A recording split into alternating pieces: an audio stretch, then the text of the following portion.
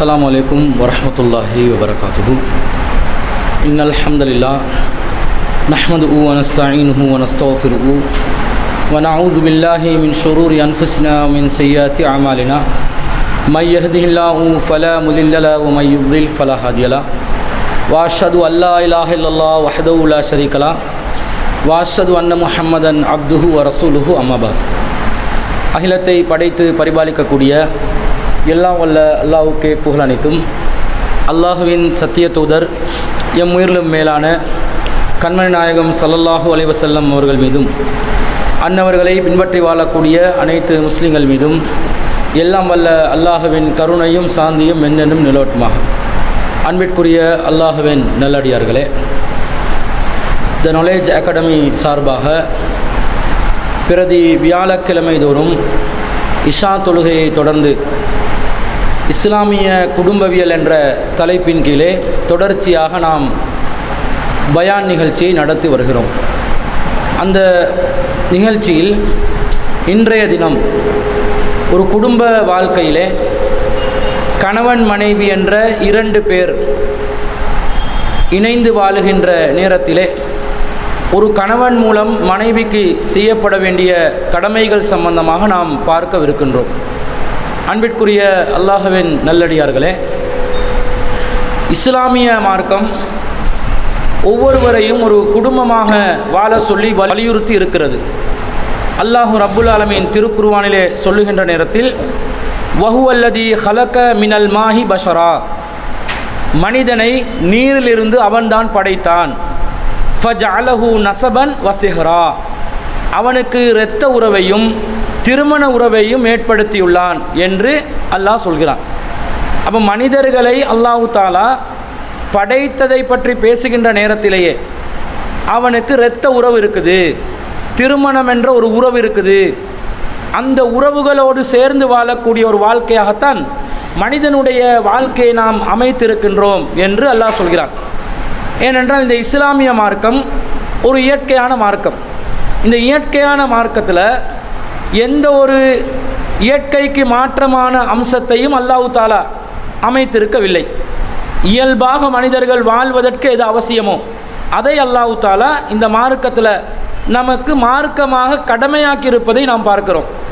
எனவே இஸ்லாமிய மார்க்கத்தை ஒரு ஃபேமிலி ஓரியன்டட் ரிலிஜன், ஒரு குடும்பத்தை சார்ந்த, குடும்பத்தை மையமாக கொண்ட ஒரு மார்க்கமாக நாம் பார்க்கிறோம். குடும்ப உறவுகளை தாண்டி நமக்கு வாழ முடியாது என்பதையும் நாம் இந்த இடத்துல பார்க்குறோம். நீங்கள் இந்த மார்க்க ரீதியாக இன்னும் விளங்குவதாக இருந்தால், அல்லாஹு ரப்புல் ஆலமீன் ஆரம்பத்தில் மனிதனை படைத்த நேரத்தில் ஆதம் அலைஹிஸ்ஸலாம் என்கின்ற ஒருவரை அல்லாஹ் படைக்கின்றான், முதல் மனிதன். அந்த மனிதனை அல்லாஹ் தஆலா எப்படி படைக்கிறான்? களிமண்ணால் படைக்கிறான். களிமண்ணால் மனிதனை படைச்சிட்டு அல்லாஹ் ஹவ்வா அலைஹிஸ்ஸலாத்தை எப்படி படைச்சான்? அதுபோல் களிமண்ணால் அல்லாஹ் படைச்சானா? இல்லை. ஆதம் அலைஹிஸ்ஸலாத்தை ஒரு பகுதி களிமண்ணால் படைத்த மாதிரி ஹவ்வா அலைஹிஸ்ஸலாத்தையும் களிமண்ணால் அல்லாஹ் தஆலா படைச்சிருக்கலாம் தானே? மனிதனுடைய மூலப்பொருள் களிமண் என்று விளங்குது. அப்போ களிமண் என்று வருகின்ற நேரத்தில் ஆதமையும் களிமண்ணால் படைச்சி ஹவ்வாவையும் களிமண்ணால் படைச்சி அல்லாஹ் தஆலா மனிதர்களுடைய உருவாக்கத்தை ஏற்படுத்தி இருக்கலாம். அல்லாஹ் அப்படி பண்ணினானா? அப்படி பண்ணலை. அல்லாஹ் தஆலா என்ன சொல்கிறான்? யா அய்யுவன் நாஸ், மனிதர்களே, தகு ரப்பக்கும் உள்ளதி ஹலகக்கும் மின் நஃப்ஸின் வாஹிதா, உங்களை ஒரே ஒரு ஆத்மாவிலிருந்து படைத்த உங்கள் இறைவனை அஞ்சுங்கள். ஒட்டுமொத்த மனித குலத்தை பற்றி அல்லாஹ் பேசுகின்ற நேரத்திலும் ஒரே ஒரு ஆத்மா என்று தான் அல்லாஹ் சொல்கிறான். ஆண்களுடைய அந்த படைப்பின் துவக்கமும் ஒரு ஆத்மா தான், பெண்களுடைய படைப்பின் துவக்கமும் அந்த ஒரு ஆத்மா தான். பெண்களுக்கு தனி ஆத்மாவை அல்லாஹ் ஏற்படுத்தி அவங்களிலிருந்து பெண்களுடைய வழித்தோன்றல்கள் எல்லாம் ஏற்படுத்துகிற மாதிரி அல்லாஹ் ஆக்கலை. அல்லாஹ் எப்படி அமைக்கிறான் என்று பாருங்க. ஆண்களுக்குரிய அந்த படைப்பின் துவக்கத்தில் அல்லாஹ் தஆலா பெண் அல்ல ஆண்களோடு ஒரு பகுதியாக அல்லாஹ் ஆக்கி வைக்கிறான். அல்லாஹ் சொல்கிறான், வஹலக மின்ஹா ஸௌஜஹா, அவனிலிருந்து தான் அல்லாஹ் தஆலா அவனுடைய துணையை படைத்தான். அப்போ பெண்களுடைய மூலப்பொருள் எது? படைப்புல மூலப்பொருள் எது? ஆண்கள். ஆண்களிலிருந்து தான் பெண்கள் உருவானார்கள். ஆண்கள் களிமண்ணால் உருவானார்கள். பொதுவாக மனிதர்கள் எனவே களிமண் என்று வருமே தவிர அல்லாஹ் தஆலா பெண் இனத்தை ஆணுடைய ஒரு பகுதியிலிருந்து படைக்கிறான்டா. அல்லாஹ் ஆரம்பத்திலேயே ஆதம் அலைஹிஸ்ஸலாம் ஹவ்வா அலைஹிஸ்ஸலாம் 2 பேரை படைக்கிற நேரத்தில் பால் உணர்வை ஏற்படுத்தி அல்லாஹ் படைச்சானா? ஆண்கள் மீது கவர்ச்சி பெண்களுக்கும், பெண்கள் மீதியான ஒரு கவர்ச்சி ஆண்களுக்கும் என்று அல்லாஹ் ஏற்படுத்துகிறான். இந்த பால் உணர்வு தான் உலகத்தில் ஆண்களையும் பெண்களையும் வேறுபடுத்துகிற ஒரு முக்கியமான அம்சமாக காட்டுறாங்க. அது அடிப்படையே கிடையாது. இஸ்லாம் எப்படி பார்க்குதுன்னு பாருங்கள். படைப்பின் துவக்கத்தில் ஆதம் அலைஹிஸ்ஸலாம் அந்த கனியை சாப்பிட காட்டிலும் அவங்களுக்கு பால் உணர்வு வந்துச்சா? வரலை. தடுக்கப்படுது ஒரு மரம், அந்த மரத்தின் கனியை சாப்பிட வேண்டாம் என்று அல்லாஹ் தஆலா தடுக்கிறான். அந்த கனியை சாப்பிட்ட பிறகுதான் அவங்களுக்கு அவர்களுடைய பால் உணர்வு எல்லாம் வெளிப்படுது. உறுப்புகள் எல்லாம் இலை கொலைகளால் மறைக்க ஆரம்பிக்கிறாங்க. அதுக்கு முன்னாடி அல்லாஹ் தஆலா ஜோடியை படைக்கிறான். ஜோடி என்றா அப்போ பால் உணர்வுக்காகவா, இல்லறத்துக்காகவா? பெண் என்று சொன்னாலே காமத்துக்காகவா? இஸ்லாம் அப்படியா பார்க்குது? இஸ்லாத்துடைய மனிதனுடைய துவக்கம் அதுவா? இல்லை, மனிதனுக்கு ஒரு துணை என்றான். இந்த மனைவியை எப்படி விளங்கி வச்சிருக்கிறான் என்று சொன்னால், துணை என்ற உடனே மனைவி என்பவர் இல்லற சுகத்தை தரக்கூடிய ஒரு ஆள், ஒரு இயந்திரம் என்ற மாதிரி ஒரு கண்ணோட்டம் இருக்குது. அப்படிப்பட்ட ஒரு நிலையில் பெண்கள் அல்லாஹ் தஆலா வைக்கல. அந்த உணர்வு, பால் உணர்வு என்பது ஒன்று உண்டு, அது யாரும் மறுக்கிறதுக்கு இல்லை. அதுதான் அடிப்படையான்னு கேட்குறேன். ஆண் பெண் உருவாக்கத்தினுடைய அடிப்படை அது இல்லை. ஆதம் அலைஹிஸ்ஸலாம் ஒரு மனிதராக படைக்கப்படுகின்ற நேரத்தில், அவருக்கு துணையாக ஹவ்வா அலைஹிஸ்ஸலாம் அவர்கள் படைக்கப்படுகின்ற நேரத்தில், ஆணிலிருந்தே பெண்ணை உருவாக்கப்பட்டாலும் அவங்க 2 பேருக்கு மத்தியில் பாலுணர்வு இல்லாமலேயே அல்லாஹ் சொல்கிறான், வஹலக மின்ஹா ஸௌஜஹா, அவனிலிருந்து அவனுடைய துணையை அல்லாஹ் படைத்ததாக சொல்கிறான். இந்த துணை என்பது காமத்தையும் பாலுணர்வையும் அடிப்படையாக கொண்டது அல்ல. ஒரு பாசம், அன்பு, நேசம் இது இருக்கணும். ஆதம் அலைஹிஸ்ஸலாம் அவர்களுடைய அந்த உணர்வுகளுக்காக வேண்டியே ஹவ்வா அலைஹிஸ்ஸலாம் வரவில்லை என்றது எங்களுக்கு தெளிவாக விளங்குது. ஹவ்வா அலைஹிஸ்ஸலாத்துக்கு உழைச்சி கொடுக்கறதுக்காக ஆதம் அலைஹிஸ்ஸலாம் அவங்க இருந்தாங்க, அல்லது ஆதம் அலைஹிஸ்ஸலாத்துக்கு உழைச்சி கொடுக்கறதுக்காக ஹவ்வா அலைஹிஸ்ஸலாம் அவங்க இருந்தாங்க என்ற மாதிரி ஒரு எண்ணமாவது இருக்குதா? இல்லையே. சொர்க்கத்தில் தான் எல்லாம் கிடைக்குமே. அல்லாஹ் தஆலா சொர்க்கத்துக்குள்ளே அவங்கள அனுப்பி என்ன சொல்கிறான்? உஸ்குன் அன்த வ ஸௌஜுக்கல் ஜன்னா, நீங்கள் உங்களோட மனைவியும் சொர்க்கத்துக்குள்ளே குடியிருங்கள். வகுலா மின்ஹா ரகதன் ஐசு ஷிஅதுமா, நீங்கள் அங்கே விரும்பியதெல்லாம் என்ன செய்யுங்க? சாப்பிடுங்க. விரும்பியதெல்லாம் சாப்பிடலாம், நினைக்கிறதெல்லாம் கிடைக்கும். இவங்க அவங்களுக்கு துணையாக இருந்து, அவங்க இவங்களுக்கு துணையாக இருந்து உழைச்சி சாப்பிட்றதுக்குரிய ஒன்றும் அங்கே இல்லை. அப்போ சொர்க்கத்தில் எல்லாமே கிடைக்கிற நேரத்திலையும் ஆணுக்கு ஒரு துணையாக பெண் தேவைப்படலை என்று நாங்கள் உலகத்தில் எதெல்லாம் துணைக்கு காரணமாக வச்சிருக்கிறோமோ, அந்த காரணம் எதுவும் செல்லுபடி இல்லாத ஒரு இன்பகரமான, மகிழ்ச்சியான, கஷ்ட நஷ்டம் இல்லாத, துன்பங்கள் துயரங்கள் இல்லாத ஒரு சுவன வாழ்க்கையிலேயே அல்லாஹ் தஆலா என்ன செய்கிறான்? ஹவ்வா அலைஹிஸ்ஸலாத்தை, அதாவது எங்கள் எல்லாத்துடையும் தாயை, எங்கள் எல்லாத்துடையும் தந்தைக்கு என்ன செய்கிறான்ல? துணையாக அமைக்கிறான். என்ன பேசிக், என்ன அடிப்படையில் இஸ்லாம் பார்க்குதுன்னு பாருங்கள். எவ்வளவு தத்ரூபமாக இந்த விஷயம் இருக்குதுன்னு பாருங்கள். அப்போ உடல் அமைப்பை கொண்டதாகவோ, உடல் உறவை கொண்டதாகவோ, உடல் சுகத்தை அடிப்படையாக வைத்ததாகவோ இஸ்லாத்தில் ஆதம் ஹவ்வா என்றவங்களோட அந்த உறவு அமையவில்லை என்றதை நாங்கள் தெளிவாக விளங்கிக் கொள்கிறோம். இது இஸ்லாத்தில் நமக்கு இந்த கணவன் மனைவியை புரிஞ்சு கொள்றதுக்குரிய மிக முக்கியமான ஒரு அடிப்படையாக நாங்கள் பார்க்கிறோம். அடுத்ததாக அன்பிற்குரியவர்களை பாருங்கள், அல்லாஹ் தஆலா சொல்கிறான், வஹுவல்லதி அன்சாக்கும் மின் நஃப்ஸின் வாஹிதா, அவன் தான் உங்களை ஒரே ஒரு ஆத்மாவிலிருந்து படைத்தான். இப்போ முஸ்தகருன் வ முஸ்தௌதஉன், உங்களுக்குரிய தங்குமிடமும் ஒப்படைக்கப்படும் இடமும் உங்களுக்கு உண்டு. நீங்கள் தங்கி வாழ்கிறதுக்குரிய இடமாகவும் நீங்கள் ஒப்படைக்கப்படும் இடமாகவும் அல்லாஹ் தஆலா உங்களுக்கு இந்த பூமியை அமைச்சு வச்சிருக்கிறான் என்றது அல்லாஹ் சொல்கிறான். ஒரே உறவுலேருந்து நீங்கள் படைக்கப்பட்ட அந்த செய்தி அல்லாஹ் தஆலா சொல்லி கொண்டு இருக்கிறத நாங்கள் பார்க்குறோம். அப்போ கணவன் மனைவி என்றவங்க இந்த அண்டர்ஸ்டாண்டிங்கை முதல்ல உங்களோட உள்ளத்துக்குள்ளே எடுத்துக்கொள்ளணும். எந்த அண்டர்ஸ்டாண்டிங்கை? நீங்கள் யாராக இருந்தாலும் நீங்கள்லாம் உங்களுக்குள்ள உங்களிலிருந்து வந்தவங்க.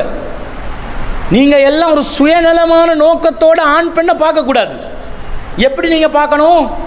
ஆண்கள்லேருந்து பெண்கள், பெண்களுக்கு எப்படி பெண்கள் எதுக்காக? துணையாக, ஆணுக்கு துணையாக, ஆணுக்கு ஆறுதலாக, ஆணுக்கு நிம்மதியாக, ஆணுக்கு சந்தோஷத்தை கொடுக்கக்கூடியதாக பெண்கள் அமைய வேண்டும் என்ற அந்த செட்டப்பில் தான் இந்த உலகமே துவக்கப்பட்டிருக்குது. இந்த கன்செப்டை சரியாக புரிந்து கொள்ளாத காரணத்தினால் அடித்து கொண்டு பிடிச்சு கொண்டு சண்டை பிடிச்சு கொண்டு சச்சரவு செஞ்சு கொண்டு கணவன் மனைவி நிம்மதி இழந்து கொண்டு இருக்கக்கூடிய காட்சிகளை நாங்கள் அன்றாடம் பார்க்கிறோமா இல்லையா? இந்த நிலையை தவிர்த்து கொள்வதற்காகத்தான் இஸ்லாமிய மார்க்கம் ஒரு கணவன் மனைவி எப்படி இருக்கணும் என்ற அந்த அடிப்படையை சொல்லுது. அந்த அடிப்படையை நாங்கள் சரியாக விளங்கி நடக்கணும். அன்பிற்குரியவர்களே, இன்றைய தினம் நான் சொல்ல போகிறது கணவன் எப்படி மனைவியோடு வாழணும் என்றது.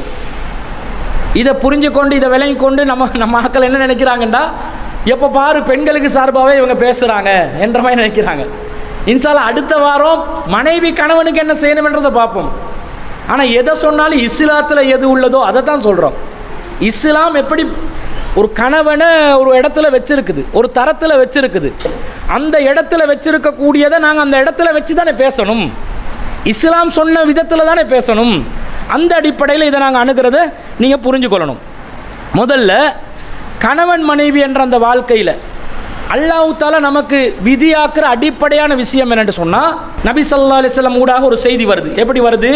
ரசூல் ஸல்லல்லாஹு அலைஹி சொல்கிறாங்க, அக்மல் மூமினீன ஈமானன், இறை நம்பிக்கை கொண்டவர்களில் முழுமையான இறை நம்பிக்கை கொண்டவர்கள் யார் என்று சொன்னால், அஹ்ஸனுஹும் ஹுலுகா, நற்குணங்களில் யார் சிறந்து விளங்குவாங்களோ அவங்க தான் என்று நபி ஸல்லல்லாஹு அலைஹி வஸல்லம் அவங்க சொல்கிறாங்க. நற்குணங்களில் நீங்கள் சிறந்தவர்களாக இருக்கணும் சொல்லிட்டு, வா ஹியாருக்கும் ஹியாரிக்கும் லினிசாயிக்கும் ஹுலுகா, உங்களில் சிறந்தவர் யார் என்று சொன்னால் உங்களோட மனைவிமார்கள் மத்தியில் யார் சிறந்தவர்களாக இருப்பீர்களோ அவர்கள்தான் உங்களில் சிறந்தவர்கள் என்று நபி ஸல்லல்லாஹு அலைஹி வஸல்லம் அவங்க சொல்கிறாங்க. அப்போ மனைவிமார்களில் நாங்கள் சிறந்தவர்களாக இருக்கணும். இதை யாரும் என்ன நினைக்கக்கூடாது, ஒரு கண்ட்ரவர்ஷியலான மேட்டராக நினைச்சிடக்கூடாது. மனைவி கிட்ட நான் நல்லவனாக இருக்கிறதுனால ஏன் உம்மா என்ன நினைப்பாங்க, ஏன் வாப்பா என்ன நினைப்பாங்க, என்னுடைய சகோதரிகள் என்ன நினைப்பாங்க, என்னுடைய நண்பர்கள் என்ன நினைப்பாங்க, இதெல்லாம் அவசியமில்லை. அல்லாஹ்வின் தூதர் ஸல்லல்லாஹு அலைஹி வஸல்லம் அவர்கள் அடிப்படையாக எது சீரமையணும் என்று நினைக்கிறாங்க தெரியுமா? ஒரு குடும்பம், கணவன் மனைவி என்ற அந்த இரண்டு பேர் அவர்கள் சிறந்தவர்களாக விளங்க வேண்டும் என்று நபி ஸல்லல்லாஹு அலைஹி வஸல்லம் அவங்க எதிர்பார்க்குறாங்க. அது அப்படி சிறந்தவர்களாக இருந்தால் தானே அவர்களுடைய பிள்ளைகள் சிறந்தவர்களாக வருவார்கள். பிள்ளைகள் சிறந்தவர்களாக இருந்தால் தானே அடுத்த ஜெனரேஷன் சிறந்தவர்களாக ஆகுவாங்க. இந்த கணவன் மனைவி தானே பிள்ளைகளுக்கு பெற்றோர்களாகவும் மாறுவாங்க.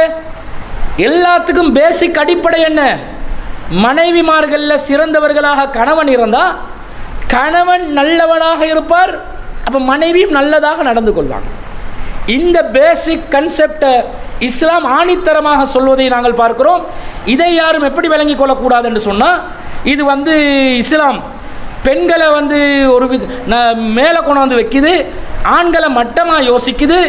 கணவன் மனைவி கிட்ட நல்லவங்களாக இருக்க போகிற நேரத்தில் இவங்களோட குடும்பத்தில் என்னடா நீ மனைவி கிட்டையே அப்படி நீ சுருண்டு பிறண்டு கொண்டு இருக்கிறாய், மனைவியோட வாழ்க்கை தான் உன்னோட வாழ்க்கையாக மாறிடுச்சு, உனக்கு மனைவியை விட்டா வேறு ஆக்களே உலகத்தில் இல்லையா என்று பேசுகிற மாதிரி யாரும் நினைத்து விடக்கூடாது. அப்படி நினைப்பவர்கள் இந்த ஹதீஸுக்கு மாறு செய்கிறார்கள். ரசூல் ஸல்லல்லாஹு அலைஹி வஸல்லம் என்ன வார்த்தையை பயன்படுத்துகிறாங்க?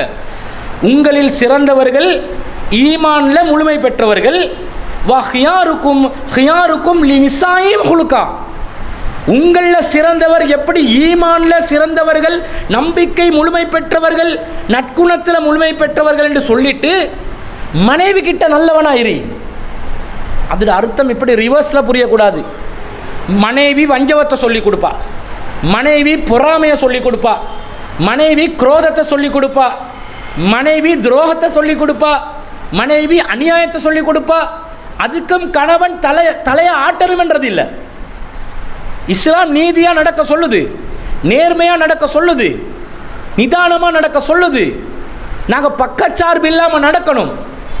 ஆனால் மனைவியோட நல்லபடியாக நடக்கணும் என்று இஸ்லாம் சொல்லுது. அவர்களுடைய அநியாயங்களுக்கு தலையாட்டி கொண்டு இல்லை. அநியாயங்களுக்கு தலையாட்டினாலும் மனைவி கிட்ட நல்லவங்களாக இருக்கலாம் தானே. உன்னோட உம்மாவை பார்க்காதே, உன்னை கூட பிறந்தவங்களுக்கு நீ ஒன்றும் செய்யாதே, உன் குடும்பத்தோடு நீ ஒழுங்காக நடக்காதே, உன் குடும்பத்துக்கு நீ தர்மம் பண்ணாதே, இப்படியும் சொல்லலாம் மனைவி. இந்த சொல்ல கணவன் கேட்டா கணவன் மனைவி கிட்ட நல்லவர் ஆகுவார்.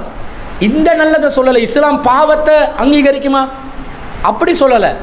இஸ்லாம் என்ன சொல்லுதுண்டா, இயற்கையாக ஒரு மனைவி மனைவியாக வாழ்வதற்கு, இஸ்லாம் சொல்கின்ற ஒரு மனைவியாக வாழ்வதற்கு நீ உண்ட தரப்பிலிருந்து நல்ல கணவனாக நடந்து கொள்.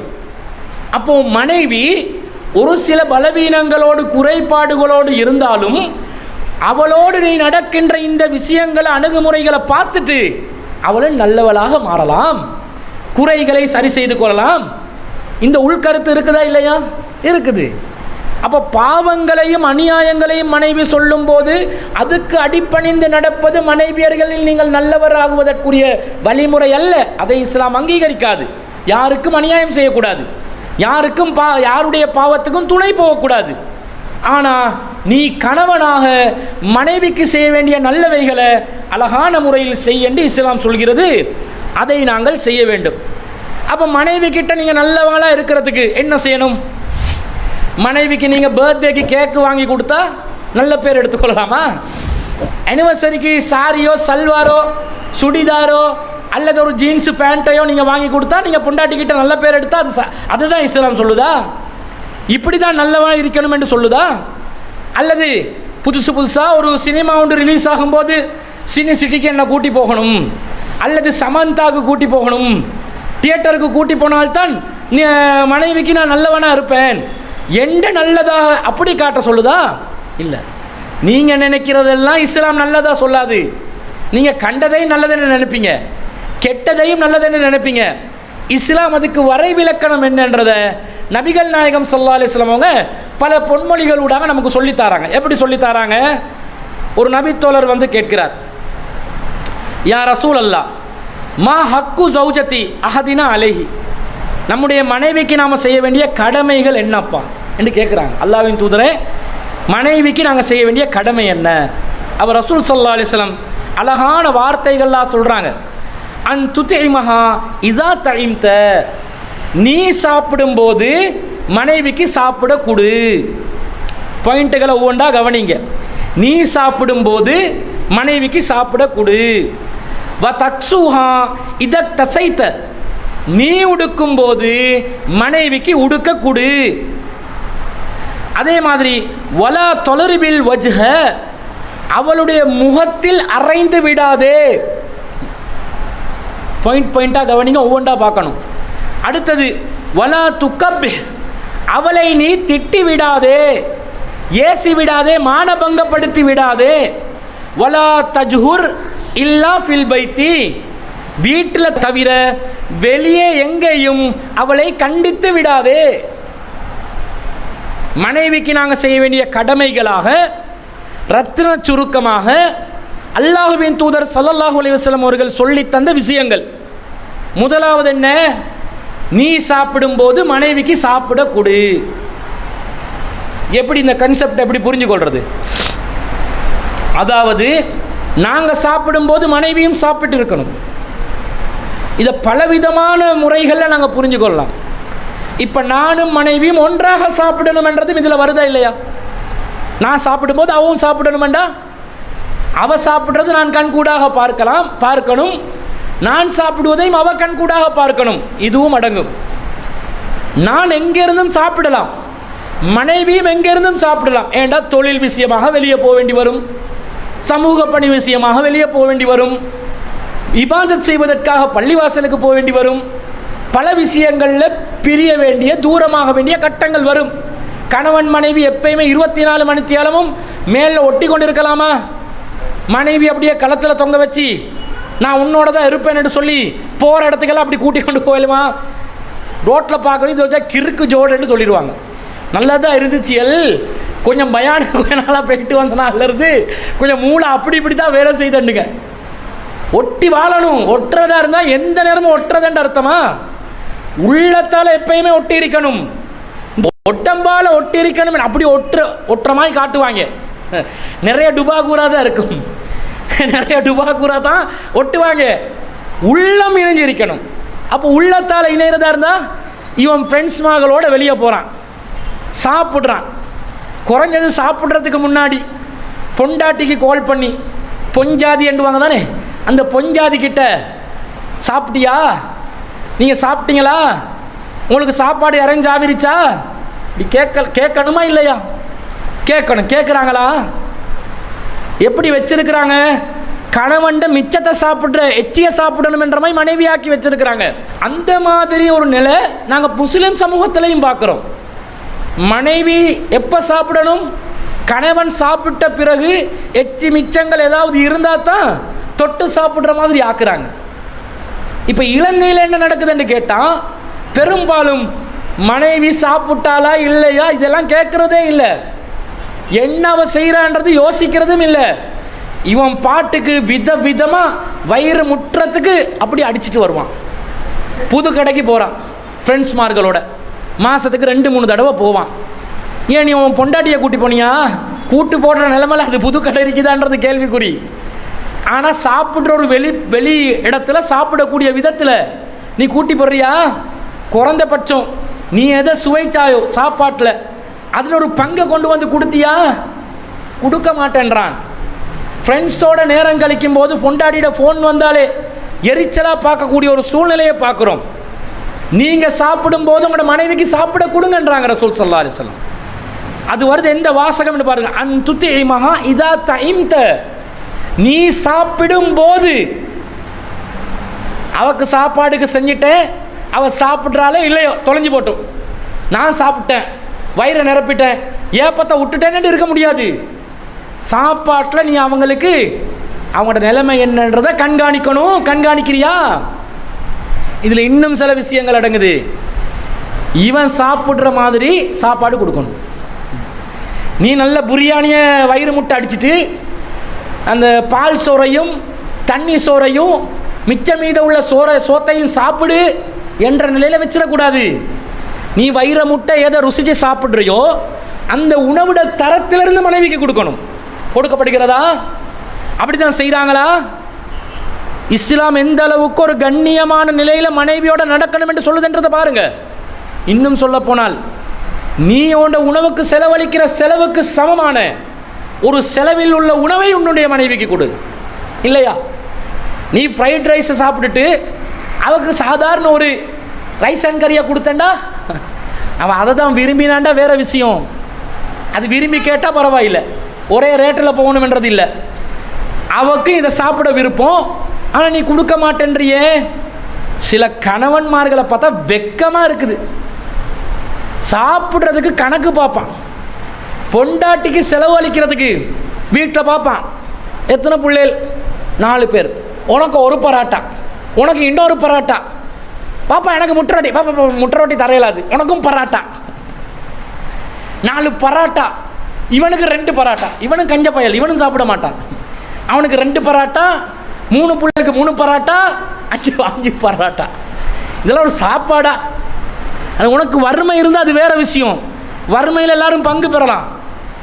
ஆனால் கஞ்சத்தனம் பண்ணினா கையை விரித்து செலவழிக்க மாட்டான். அனுபவி குழு வசுரபு, உண்ணுங்கள் பருகுங்கள், வலா துஸ்ரிஃபு, வீண் விரயம் செய்யாதீங்க. அடிப்படையான வயிற்று பசியை போக்குறது வீண் விரயமா? அதுக்காக உங்களுக்கு 10,000 ரூபா காசு கொடுத்து காஃபி குடிக்க சொல்லலை. காஃபி என்ற பேரில் பச்சை கசப்பு காஃபியை 8,000 ரூபா 10,000 ரூபாய்க்கு விற்கிற ஹோட்டல் எல்லாம் இருக்கத்தான் செய்து. அந்த வீண் விரயத்தை சொல்லலை. கசக்கும், இனி எந்த சுவையும் இருக்காது. 8,000 ரூபா கொடுத்துட்டோமே இந்த வயிறு பற்றி அதை குடிக்கிறது. 25,000 ரூபாய்க்கு நண்டு கறி சாப்பிட்றது.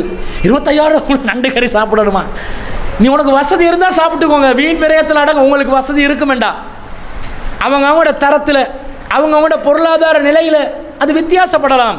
ஆனால் நீ சாப்பிட்றத கொடு மனைவிக்கு. இதை செய்கிறாங்களா? பெரும்பாலும் செய்வதில்லை.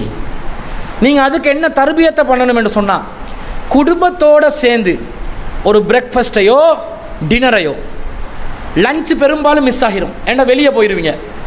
குறைந்தபட்சம் பிரேக்ஃபாஸ்ட் எல்லாம் வீட்டில் இருப்பீங்க. பிரேக்ஃபாஸ்ட்டு மிஸ் ஆனால் பிள்ளைலாம் ஸ்கூலுக்கு போகுது, வாப்பாவும் வேலைக்கு நேரத்தோடு போயிடுவார். பெரும்பாலும் கொழும்பில் நிறைய பேருக்கு பிரேக்ஃபாஸ்ட்டு இல்லை, கேஸ்ட்ரிக் தான், பிரேக்ஃபாஸ்ட்டெல்லாம் கிடையாது.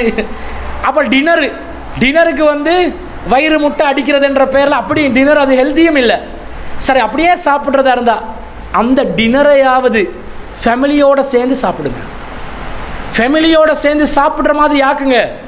ஒரு பிள்ளை சொல்லும், வாப்பா எனக்கு பசியில், வா வா வந்து உட்காரு. எல்லாரும் சேர்ந்து சாப்பிட்ற பழக்கத்தை இல்லாமல் கொள்ளக்கூடாது. ஒருவேளை சாப்பாடாவது எல்லாரும் சேர்ந்து சாப்பிடுவோம். ஒன்றும் சொல்லும், எனக்கு இன்றைக்கிட்ட சாப்பாடு பிடிக்கல, இங்கே வா, தந்த உணவு ரிசுக்குக்கு அல்லாஹ்க்கு நன்றி செலுத்து, பிஸ்மில்லான்னு சாப்பிடு. இந்த பழக்கத்தை கொண்டு வரணும். மெஷின் மாதிரி ஆயிடக்கூடாது. நீங்கள் விதிவிலக்குகள் நடக்கலாம், இழுத்துத்தான் ஆகணும். வராத பிள்ளைக்கு பெரம்பு எடுத்து அடித்து உட்கார வைக்கக்கூடாது. நீங்கள் ஃபேமிலியாக இருக்கும்போது நீங்கள் கணவன் மனைவி ஒன்றாக சேர்ந்து சாப்பிட்ற பழக்கத்தை உண்டு பண்ணினால்தான் பிள்ளைகள் பார்ப்பாங்க, எல்லாரும் ஒன்றா சாப்பிட்றோம். இதை இன்னும் கொஞ்சம் அட்வான்ஸ் பண்ணலாம். ஒரே தட்டில் கணவன் மனைவி சாப்பிடலாம். சாப்பிட்றீங்களா? ஒரே தட்டில் ஒரு தட்டுன்னா பெரிய 6 பேர் உட்கார்ற சகானை வச்சு அந்த தொங்கலை நீ இந்த தொங்கலை நான் இல்லை. அதாவது ஒரு தட்டில் சாப்பிட்ற மாதிரி. ரசூல் ஸல்லல்லாஹு அலைஹி வஸல்லம் ஆயிஷா ரலியல்லாஹு அன்ஹா பெரும்பாலும் ஒரு தட்டில் சாப்பிடுவாங்க. ஏன்னா அவங்களோட கை வீரல்கள் எல்லாம் படும், சமையல்லாம் அந்த சாப்பிடும்போது கை வீரல்கள் படும் என்ற மாதிரியெல்லாம் வரும். அப்போ என்ன இதில் விளங்குறோம்? அந்த இணைப்பை கொண்டு வர்றதுக்குரிய, சந்தோஷத்தை கொண்டு வர்றதுக்குரிய ஒரு வழிமுறையாக இருக்குது. இதை உங்களோட ஃபேமிலிகளில் நீங்கள் அப்ளை பண்ணுங்கள். இதை பெரும்பாலும் கிறிஸ்தவ குடும்பங்களில் நீங்கள் பார்ப்பீங்க. அவங்க உணவு உண்ணும்போது அப்படி ஒரு டேபிள், அப்படியே டின்னர் டேபிளை அரேஞ்ச் பண்ணுவாங்க பாருங்கள். மெழுகு திரியை பற்ற வைப்பாங்க பாருங்கள். மெழுகு திரி அவங்க மார்க்க ரீதியாக, அவங்க மத ரீதியாக செய்கிறது நமக்கு அவசியம் இல்லை. ஆனால் உங்களுக்கு புரியறதுக்காக சொல்கிறேன். மெழுகு திரியை பற்ற வச்சு எல்லாரும் டேபிளில் இருந்து முதல்ல என்ன செய்வாங்க? ப்ரேயர்ஸ் டு காட் என்றுவாங்க. இறைவனை நாங்கள் புதுக்கிறோம், இந்த உணவை தந்ததுக்கு இறைவனை நாங்கள் நன்றி செலுத்துகிறோம் சொல்லிட்டு சாப்பிடுவாங்க. நீங்கள் நன்றி செலுத்துறீங்களா? யார் நன்றி செலுத்தணும்? உண்மையான இறைவனை விசுவாசித்து கொண்டு இருக்கக்கூடிய நாங்கள் எல்லாரும் உட்காந்து அப்படி அஹ்லாக்கா இருந்து கண்ட மாதிரி சாப்பிடக்கூடாது. நம்ம வீடுகளில் அஹ்லாக்கா உட்காந்து எல்லாரும் ஒரு டைனிங் டேபிளையோ அல்லது தரையிலையோ ஒரு பாயிலையோ அழகாக எங்களோட உணவு தட்டுகளை வச்சு பிஸ்மில்லா, எங்களுக்கெல்லாம் தனித்தனியாக வணக்கம் செய்ய சொல்லலை, சின்ன சின்ன வழிமுறைகள் தான். பிஸ்மில்லா என்று சொல்லிட்டு மனசால் எல்லாரும் சொல்ல வைக்கணும். எல்லாம் பிஸ்மில்லா சொல்லு, பிஸ்மில்லா என்று சொல்ல வச்சுட்டு அல்லான்னு அந்த சாப்பிட்டு எல்லாம் முடிச்சுட்டு எல்லாரும் அந்த தட்டு வலித்து சாப்பிட்ற தட்டை வலித்து வேற சாப்பிட சொல்கிறாங்க ரசூலுல்லாஹ். ஏன்னா எந்த பகுதியில் பரக்கத்து இருக்குமோ தெரியாது, வலித்து சாப்பிடுங்கன்றாங்க. சாப்பிட்டுட்டு நீங்கள் என்ன செய்யுங்க? அல்ஹம்துலில்லாஹ்னு அல்லாஹ்வை புகழ்ந்துட்டு அந்த இடத்த விட்டு எந்திரிங்க என்ற மாதிரி சொல்கிறாங்க தானே. இந்த வழிமுறையில் நாங்கள் செய்கிறோமா? இது பொண்டாட்டி என்ன சொல்லுவா? எனக்கு இப்போ பசி இல்லை, அவங்களுக்கு ஒரே டயட் பிரச்சனை, டயட்டிங், உடம்பு போடுது, இதே கவலை, சாப்பிட்றது இல்லை. மாப்பிள்ளைக்காரன் கேட்டால் நீ சாப்பிட்டியோ இல்லையோ, வச்சிரு சாப்பாடு, எனக்கு வயிறு கொதிக்குது என்றுவான். அவன் 2 சட்டி இருக்கிற 3 சட்டி இருந்தால் 2.5 சட்டி அவன் பெரட்டி விட்டுருவான். பிள்ளையில கேட்டால் நான் அந்த நேரத்தில் சாப்பிட்றேன், நான் இந்த நேரத்தில் ஒரு ஒழுங்கு இருக்குதா? இந்த ஒழுங்கை உருவாக்குறதுக்காகவே ரசூலுல்லாஹ் சொல்கிறாங்க, நீ சாப்பிடும்போது அவக்கு சாப்பிடக்கூடு. இதை பார்க்குறோம். அப்போ சாப்பாடு விஷயத்தில் இந்த தர்பியத்தவங்களோட ஃபேமிலிகள் என்ன செய்யணும்? ஒரே அடியாக கொண்டு வரலாம். இப்போ இன்றைக்கி இரவில் போயிட்டு எல்லாரும் உட்காருங்கள், எல்லாரும் கோடை ப்ரே பண்ணுங்க, பிஸ்மில்லா சொல்லுங்கண்டா வீட்டில் பயானுக்கு வராதவங்க இப்படி பார்த்துருவாங்க என்ன நடக்குது இங்கேண்டு. படிப்படியாக அவங்களோட குடும்பத்துக்குள்ள இஸ்லாமிய வழிமுறை பிரகாரம் உங்களுடைய உணவு முறைகளை கொண்டு வாங்க. ரசூல் ஸல்லல்லாஹு அலைஹி சொல்கிறாங்க, வ தக்ஸுஹா இத தசைத்த, நீ உடைகளை அணியும் போது அவளுக்கும் உடை அணிய வை அப்படின்றாங்க. அதாவது நாங்கள் ட்ரெஸ் போட்டால் தான் அவங்க ட்ரெஸ் போடணும்ன்றது இல்லை. எங்களுக்கு நாங்கள் ட்ரெஸ் எடுத்தா, புதுசாக நாங்கள் ட்ரெஸ் எடுத்தோம்டா அவங்களுக்கு என்ன செய்யணும்? ட்ரெஸ் எடுத்து கொடுக்கணும். இதென்ன கொஞ்சம் கூடுதலாக பெண்களோட சைடில் தான் ட்ரெஸ் நிறையா இருக்கும் பீரோவில். மாறி தான் நடக்கும். நாங்கள் ட்ரெஸ் எடுக்கிறோமோ இல்லையோ அவங்களும் ட்ரெஸ் எடுத்துருவாங்க. நல்ல சீத்த புடவை இல்லை, நல்ல புடவை ஒன்று வந்துச்சு, நல்ல சிந்தட்டிக் மெட்டீரியலு, கொட்டன் மெட்டீரியலு, அந்த பேர் இந்த பேருன்ற ஒவ்வொரு பேரில் வரும். பேர்கள் ஞாபகத்துக்கு வருதில்லை, பயான் நேரத்தில் வருதில்லை, சும்மா நேரத்தில் வந்துடும்.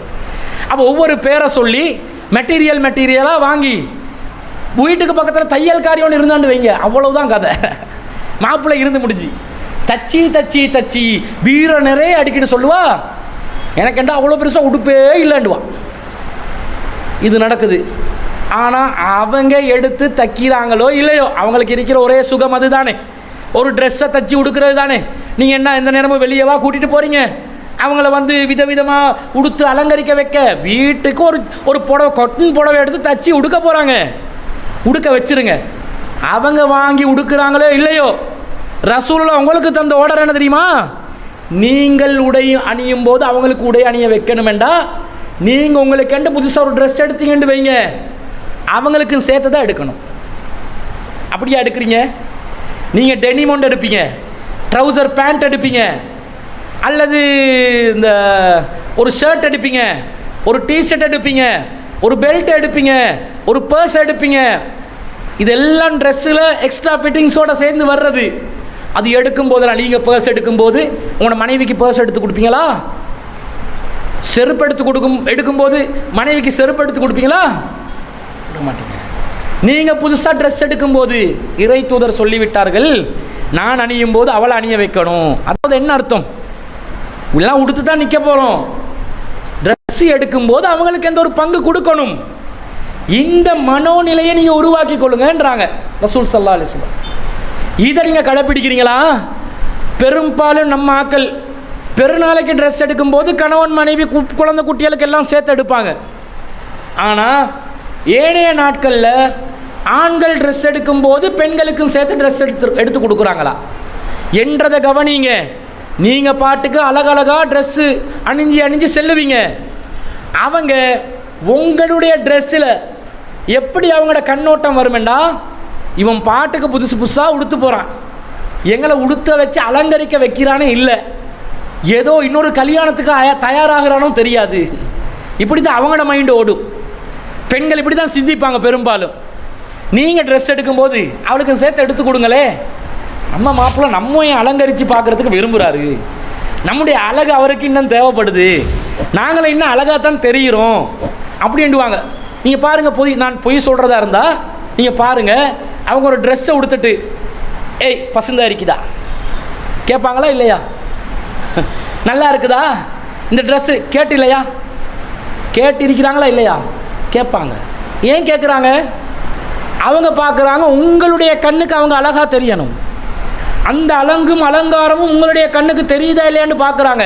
நீ எடுத்து கொடுத்ததே பெரிய விஷயம், இதில் பசுந்தா இல்லையா, அசிங்கமாக இல்லையா, இதை வேறு நான் சொல்லணும். இவங்களுக்கு வேறு வேலை இல்லை. மனசுக்குள்ளால் திட்டி நீங்கள் கமெண்ட் பண்ணக்கூடாது. வர்ணீங்க, அழகாக இருக்குது, நல்லா இருக்குது, பொய்யா சொல்லிடுவோம் வேணாம்.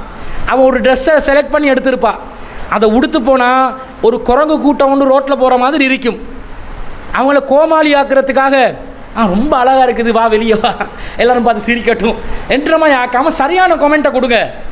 ஏம்மா நீ அழகாக தான் இருக்கிறாய், ஆனால் ட்ரெஸ்ஸு கொஞ்சம் ஒரு மாதிரி பஞ்சர் ஆகின மாதிரி இருக்குது, அதை உடுத்தா ஒரு பெரல் கணக்கில் தெரிகிறாய், கொஞ்சம் ஒல்லியாக தெரிகிற மாதிரி அழகாக ட்ரெஸ் அமைப்பை கொண்டு வா. அதாவது ஃபிட்டாக உடுக்கிறதுன்றது இல்லை, கொஞ்சம் ஒரு ட்ரெஸ்ஸு வந்து அழகாக வச்சுக்கோ, இந்த செலெக்ஷன் நல்லம் இல்லை. எதுக்கு பெரும்பாலும் பெண்கள் எங்களை கூட்டி போகிறாங்க ட்ரெஸ் வாங்குறதுக்கு? அவங்க செலக்ட் பண்ணுவாங்க, அவங்களுக்கு 1000 பசந்தாக விளங்கும். இதுவும் அழகு, அதுவும் அழகு, அதுவும் அழகு, அதுவும் அழகு. இவனுக்கு எதுவுமே அழகாக விளங்காது. ஒன்று அழகண்டு விளங்கிச்சுன்னு வைய, கன்ஃபார்மாக அது நல்லதாக இருக்கும். கேட்பாங்க, இது நல்லமா, இது நல்லமா. இவன் என்ன நினைப்பான் தெரியுமா? எப்போ முடிச்சுட்டு வீட்டுக்கு போகிறேன்னு யோசிப்பான். ஆனால் அவங்க கேட்பாங்க பாருங்கள், நல்லமா நல்லமா. நீங்கள் அதை கண்டுகொள்ளாமல் விட்டீங்கண்டா அவங்களோட மனோநிலை எப்படி வருமெண்டா, இவன் நம்மளை ரசிக்கிறான் இல்லை, நம்மளுக்குரிய முக்கியத்துவத்தை கொடுக்குறான் இல்லை. அப்போ நீங்கள் அதை என்ன செய்யணும்? இது நல்லம், இது நல்லம் இல்லை, இதை எடுங்க. அந்த கமெண்ட்டை நீங்கள் கொடுக்கும் பொழுது ட்ரெஸ்ஸு நீங்கள் அணியும் போது அவங்களுக்கு அணிய வைக்கிறதுக்குரிய அந்த ஹெல்ப்பை பண்ணுற மாதிரி ஒரு நிலைமை உருவாகும். அதை நீங்கள் செய்யணும். இது கணவன் மனைவிக்கு செய்ய வேண்டிய ஒரு கடமையாக ரசூல் ஸல்லல்லாஹு அலைஹி வஸல்லம் சொல்கிறாங்க. அடுத்தது, வலா தலரிபில் வஜ்ஹ, அவளுடைய முகத்தில் நீ அறைந்து விடாதே. அப்போ முகத்தை விட்டுட்டு மண்டையை பொலன்னு பொழக்கலாமா? நல்ல உருட்டு கட்டையை ஒன்று எடுத்து முகத்தில் கன்னத்தில் தான் அறைய வேணும். முகம் வேண்டாம், எதுங்க இதுதான் முகம். இது முகமா? இது கபாலம். கபாலம், இது கபாலம், இது பிடரி, இது முகம். முகத்தில் தான் அறைய வேணான்டாங்க. உன்னுடைய கபாலத்தை தாழ்த்தி விடன்னு உருட்டுக்கட்டை எடுத்து அடி அடி அடின்னு அடிக்கலாமா? அடிக்க முடியாது. மண்டல குட்டு குட்டு குட்டுன்னு குட்டலாமா? குட்ட முடியாது. அப்படி குட்டுற மாதிரி வேலைகள் நடக்கும், அது வேறு விஷயம். ஆனாலும் குட்ட முடியுமா? முடியாது. ரசூலா முகத்தில் அறையாதுன்றாங்க. முகத்தில் அறையாதுன்னா மற்ற இடங்களுக்கு அறையலாம் என்ற அர்த்தம் இல்லை. பெரும்பாலும் கணவன் மனைவியை தாக்குறதா என்ன செய்வான், எடுத்து பலாரண்டு கன்னத்தில் அரைஞ்சிருவான்.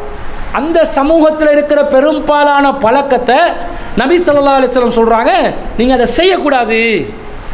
அப்போ நாங்கள் எங்களுடைய மனைவிமார்களை கன்னத்தில் அறையக்கூடியவர்களாக இருக்கிறோமா இல்லையா? முதல்ல ஒரு விஷயம் விளங்குங்க. கணவன் மனைவி மத்தியில் விவாகரத்துக்குரிய ஒரு நிலைமை சூழ்நிலை உருவாகும் என்றால், மனைவி இஸ்லாத்தின் பார்வையில் தவறே செய்கிறாள் என்றால், நல்லா புரிஞ்சுக்கோங்க, இஸ்லாத்தின் பார்வையில் தவறே செய்கிறாள் என்று சொன்னால் அறிவுரை சொல்லணும். பிறகு அவங்கள படுக்கையிலிருந்து அவங்கள லேசாக அடிக்கலாம், படுக்கையிலிருந்து விலகணும், குடும்பத்தாரை கொண்டு வந்து பேச்சுவார்த்தை நடத்தணும், இல்லைன்னா என்ன செய்யணும், விலகி போகணும். இதானே வழிமுறைகள். அப்போ லேசாக அடிக்கலாம், அவங்களுக்கு அறிவுரை சொல்லி படுக்கையிலேருந்து ஒதுக்கி திருத்தி பார்க்குறோம். முதல்ல அறிவுரை சொல்லி திருத்தி பார்க்குறோம், திருந்தலை. படுக்கையிலிருந்து ஒதுக்கி திருத்தி பார்க்குறோம், திருந்தலை. லேசாக அடிக்கலாம் என்று வருது. இந்த அடிக்கலாம் என்றதை வச்சு கொண்டு மனைவிமார்களை தாறுமாறாக அடிக்கணும் என்ற ஒரு முடிவுக்கு வந்துடக்கூடாது. இது எப்போ கடைப்பிடிக்கப்பட வேண்டிய விஷயம் என்றால், மனைவி மார்க்கத்துக்கு முரணாக கணவனுக்கு மாறு செய்து நடந்து கொள்கின்ற நேரத்தில் மூணாவது ஸ்டெப்பாக அறைகிறத பற்றி பேசப்படுதே தவிர, மனைவி தப்பே செய்கிறாள், இஸ்லாத்தின் பார்வையில் தப்பே செய்கிறாள், அந்த நேரத்தில் அட்வைஸ் எப்போ பண்ணுவோம்? அவள் உண்மையிலே தவறு செய்த பிறகு அட்வைஸ் பண்ணி, இந்த தவறை செய்ய வேணாம், குர்ஆனில் இப்படி சொல்லப்படுது, ஹதீஸில் இப்படி சொல்லப்படுது, இதை தவறு செய்ய வேணாம், அட்வைஸ். பிறகு கேட்குறா, இல்லை அதே தப்பை செய்கிறா, தவறாகவே நடக்கிறா, எப்போ பார்த்தாலும் சினிமாலே மூழ்கி இருக்கிறா, எப்போ பார்த்தாலும் பிற ஆண்களோடு ஃபோன்லே தொடர்பில் இருக்கிறா, அட்வைஸ் பண்ணுறோம். ஏன்னா டிவோர்ஸுக்குரிய ஒரு வழிமுறை ஸ்டார்ட் ஆகுது. அட்வைஸ் பண்ணுறோம், கேட்குறாள் இல்லை, படுக்கையிலேருந்து ஒதுக்கி அவளை கொஞ்சம் ஓரமாக்கி பார்க்குறோம், அவன் இன்னும் கூட ஃபோன் பேசுகிறான், இதுதான் சான்ஸ் உண்டு, சரி வருது இல்லை. இப்போ லேசாக அடிக்கணும், நீ இப்படி பண்ணாதே, உன்னை விவாகரத்து பண்ண வேண்டி வந்துடும், அடிக்கணும். அந்த அடி கூட ரசூல் ஸல்லல்லாஹு அலைஹி சொல்கிறாங்க, அதாவது மனைவி தகுதியற்றவளாகிவிட்டால் டிவோர்ஸுக்கென்று போக வேண்டிய ஒரு நிலைமை வருது, அதில் மூணாவது கட்டம் தான் அடிக்கிறது. அந்த அடியை கூட ரசூல் ஸல்லல்லாஹு அலைஹி சொல்கிறாங்க, கன்னத்தில் அறையாதீர்கள், காயம் ஏற்படும் அளவுக்கு அடிக்காதீர்கள். இஸ்லாம் எந்த இடத்துல அடிக்கிறதுக்கு மனைவிக்கு அனுமதி கொடுத்துச்சோ அந்த இடத்துல கூட தாறுமாற அடிக்கலாம் என்று புரியக்கூடாதுன்றதுக்காக முகத்தில் அறைந்து விடாதீர்கள், காயம் ஏற்படும் அளவுக்கு அறைந்து விடாதீர்கள் இஸ்லாம் சொல்லுது. ஏன் தெரியுமா? ரசூல் ஸல்லல்லாஹு அலைஹி வஸல்லம் இது பொதுவான பழக்கத்தில் நீங்கள் கணவன் மனைவிக்கு அடிக்கக்கூடியவங்களாக மாறிட்டீங்க. ரசூல்லா ஒரு ரோசம் வர்ற மாதிரி கேட்குறாங்க. என்ன கேட்குறாங்க? கால லா யஜ்லிது அஹதுக்கும் இம்ராத்தஹு, உங்களில் யாரும் உங்களுடைய மனைவியை அடித்து விடாதீர்கள். ஜல்தல் அப்தி, ஒரு அடிமை அடிக்கிற மாதிரி அடிச்சிடாதீங்க. அடிமைகள், அவங்களுக்கு கொடுக்கப்பட்ட அடிமைகள், அவங்க சாட்டையால் அடிக்கிறது, உருட்டு கட்டையால் அடிக்கிறது, தும்பு கட்டையால் வெளுக்கிறது, கத்தியால் குத்துறது, மிரட்டுறது, இந்த வேலை பண்ணலாமா? இதை செய்யக்கூடாது. ஏன் தெரியுமா? சும்ம யுஜாமியுஹா ஃபி ஆஹிரில் யௌம், பிறகு இறுதி இரவிலே நீ அவளோட தாண்டா கட்டில் படுக்கிறாய், வெக்கமில்லையா உனக்குன்னு கேட்குறாங்க. மனைவி அடி அடியாண்டு அடிச்சுட்டு உனக்கு தேவை வரும்போது அவளை கட்டிலுக்கு கூப்பிடுறாயே, உனக்கு வெக்கம் இல்லையா? அப்போ உன்ட தேவைக்கு மட்டும்தான் மனைவியா? ஒரு நாளில் அடிக்கிறாங்க, அடித்த பிறகு அடித்து கொண்டே இருப்பானா? இவனுக்கு இல்லற தேவை வரும், அப்போ என்ன செய்வான்? மாப்பிள்ளை சமாதானம் ஆகிக்கொள்வான். எப்படி சமாதானம்? அந்த தேவையை பூர்த்தி செய்கிறதுக்கு சமாதானம் ஆகுவான். அந்த நேரத்தில் கட்டிலில் வந்து அவளோட நீ படுக்கிறியே, உனக்கு வெக்கம் இல்லையா என்ற கருத்தில் நபி ஸல்லல்லாஹு அலைஹி வஸல்லம் கேட்குறான். அப்போ நீ அடிக்கலாமா? நீ எந்த மனைவியும் உன்னுடைய திருப்திக்கு பயன்படுத்தணும்னு நினைக்கிறியோ அந்த மனைவி பகல் பூரா அடிமை அடிக்கிற மாதிரி அடிச்சுட்டு இரவில் வந்து கட்டிலில் சேர்ந்து கொள்றியே, வெக்கம் இல்லையா என்ற மாதிரி ரசூல் ஸல்லல்லாஹு அலைஹி வஸல்லம் கேட்குறத பார்க்குறோம். அப்போ அடிக்கிறத ரசூல் ஸல்லல்லாஹு அலைஹி வஸல்லம் ரோசம் வர்ற மாதிரி சொல்கிறாங்க. நீ அவங்களோட தான் சேர்ந்து வாழ போகிறாய், வாழ்கிறதே இல்லைன்னு முடிவு வந்தாலும் நீ லேசாக தான் அடிக்கணும். நீ வாழ்கிறதுக்கு சாதாரண நிலையில் தாறுமாற அடிமைகளை அடிப்பதை போன்று மனைவிமார்கள் அடிச்செண்டு வை, நீ வெக்கம் கெட்டவன். பொதுவாக ஆண்கள் பலமானவர்கள், பெண்கள் பலவீனமானவர்கள். சில பெண்கள் இருக்கிறாங்க, இவன் கையை தூக்க நினச்சா அவள் வந்து கம்பை தூக்கி அடிச்சுடுவான், மண்டையை பிளந்துருவான். அப்படி பெண்கள் இருக்கிறாங்க. அந்த மாதிரி பெண்கள் கிட்ட அடங்கி போவாங்க ஆண்கள். ஒரு பொம்பளை மனைவியாக வந்தாண்டு வைங்க, ஒரு வெகுளி அப்பாவி உலகமே தெரியாதவள், புருஷன்தான் உலகம் என்று இருக்கிறேன் வைங்க, எப்படி ஆடுவாங்க தெரியுமா நம்ம ஆம்புலில். அவளை வச்சு அடிமையாக்கி அவளை வச்சு எல்லா வேலைகளையும் பண்ண வச்சு, எனக்கு தெரிஞ்ச ஒரு சம்பவம், இந்த மனைவியை எந்த அளவுக்கு கொடுமைப்படுத்தியிருக்கிறாங்கன்னு சொன்னால், அந்த எத்தனை கிலோவில் வந்தாங்க ஒருத்தர், 23 கிலோவில் அனுப்பி வச்சாங்க ஒருத்தர். இந்தியாவில் தமிழ்நாட்டில் திருமணம் முடித்து அனுப்பினா எப்படி நடந்து கொள்ளணும்? ஒரு 50, அவங்கள குறைஞ்சதை 50 கிலோவாவது இருப்பாங்க தானே ஒரு பொம்பளையாக இருந்தாலும். ஸ்ரீலங்காவுக்கு ரிட்டர்ன் பார்சல் வருது, அந்த உடம்பு எப்படி உடம்பு உசுரோட தான் 23 கிலோவோடு வருது. மனைவியை எப்படி கொடுமைப்படுத்திருக்கிறாங்கன்னு பாருங்கள். 23 கிலோ வேண்டாம், என்னங்க நினைக்கிறீங்க? மந்த போஷண லெவலை விட கீழேயா இருக்கும். எப்படியோ இங்கே வைத்தியர்கள் எல்லாம் என்ன கேட்டாங்க தெரியுமா? முதல்ல ஃப்ளைட்டில் ஏறி எப்படி வந்தாய் என்று கேட்டாங்க. ஃப்ளைட்டில் ஏறி எப்படி வந்தாய் நீ வந்ததே ஆச்சரியம் வேண்டாம், 23 கிலோ உடம்போட எப்படி வரலாம்? வர வச்சு ஆளுக்கு இருக்கிற என்னென்னமோ பண்ணி இப்போ ஒரு விதமாக 30-40 கிலோன்னு ஏற்றி எடுத்துட்டாங்க, மருந்து மாத்திரையை கொடுத்து. இவ்வளவு தடுமாற்றத்தில், காய்ச்சலில், சுகமில்லாமல் ஒரு அறையில் சுருண்டு படுத்து கொண்டு கிடக்கக்கூடிய நேரத்தில் கூட சமைக்க மாட்டீங்களா? அநியாயக்காரங்கள், அக்கிரமக்காரங்க. அந்த குடும்பத்துக்கு நாங்கள் என்ன அறிவுரை சொன்னோம் தெரியுமா?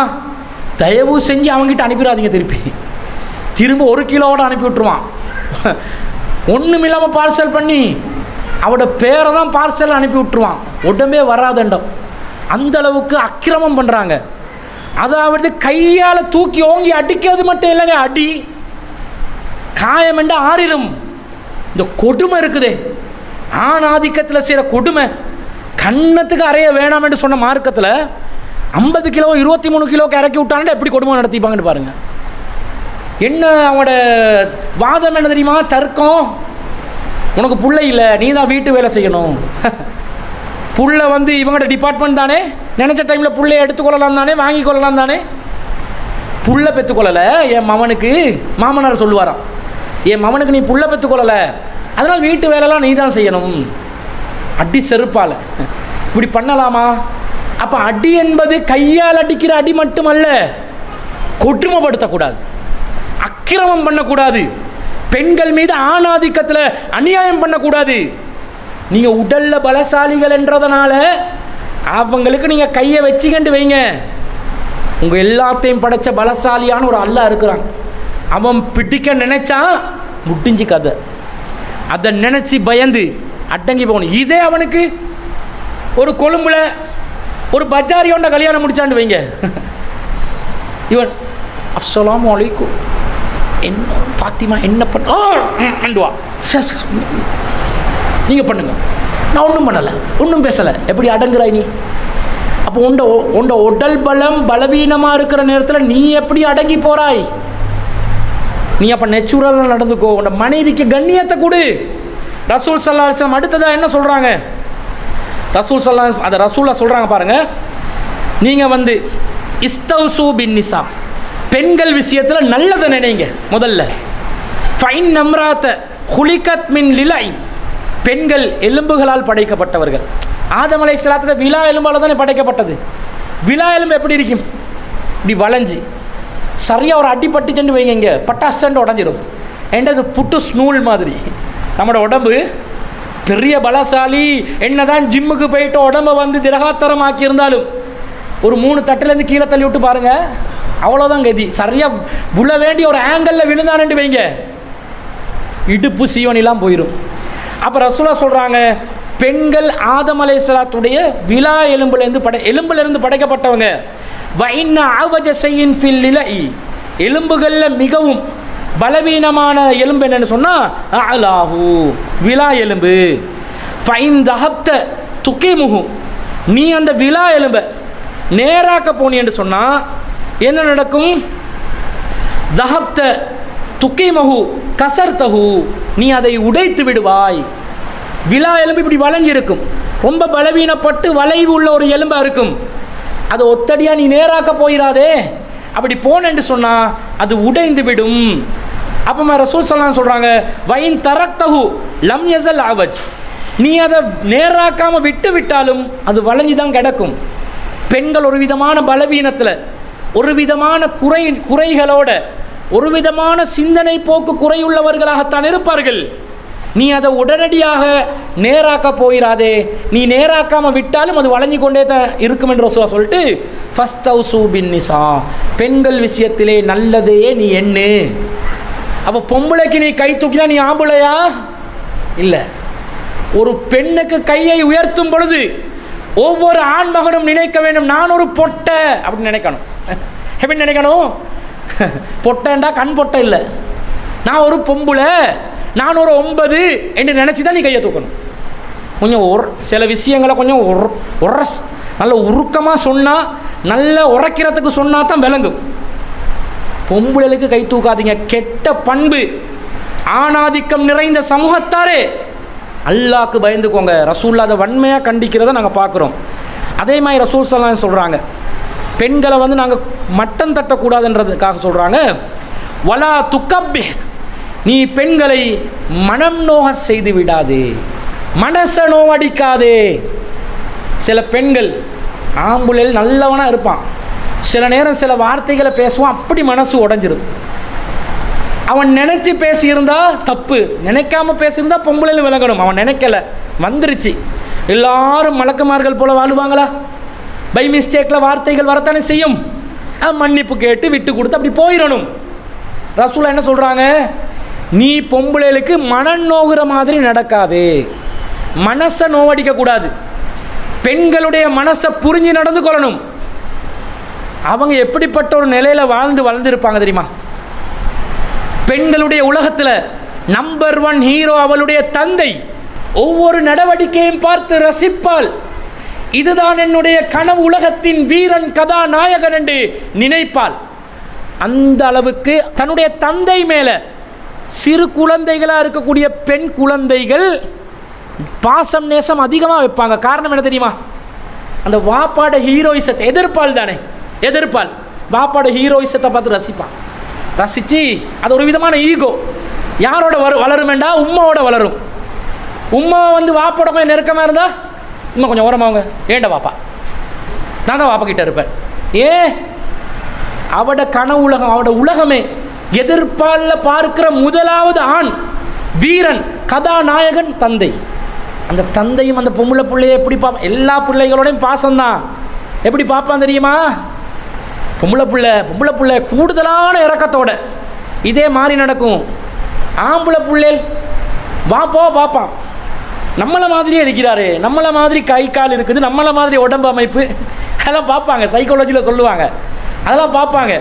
பார்த்துட்டு நம்மளுக்கு வித்தியாசமாக யார் இருக்கிறா, உடனே பார்ப்போம், உம்மா தானே வித்தியாசமாக இருக்கிறாங்க, என்ன மாதிரி உடம்பு இல்லை. அங்கே ஒரு கவர்ச்சி.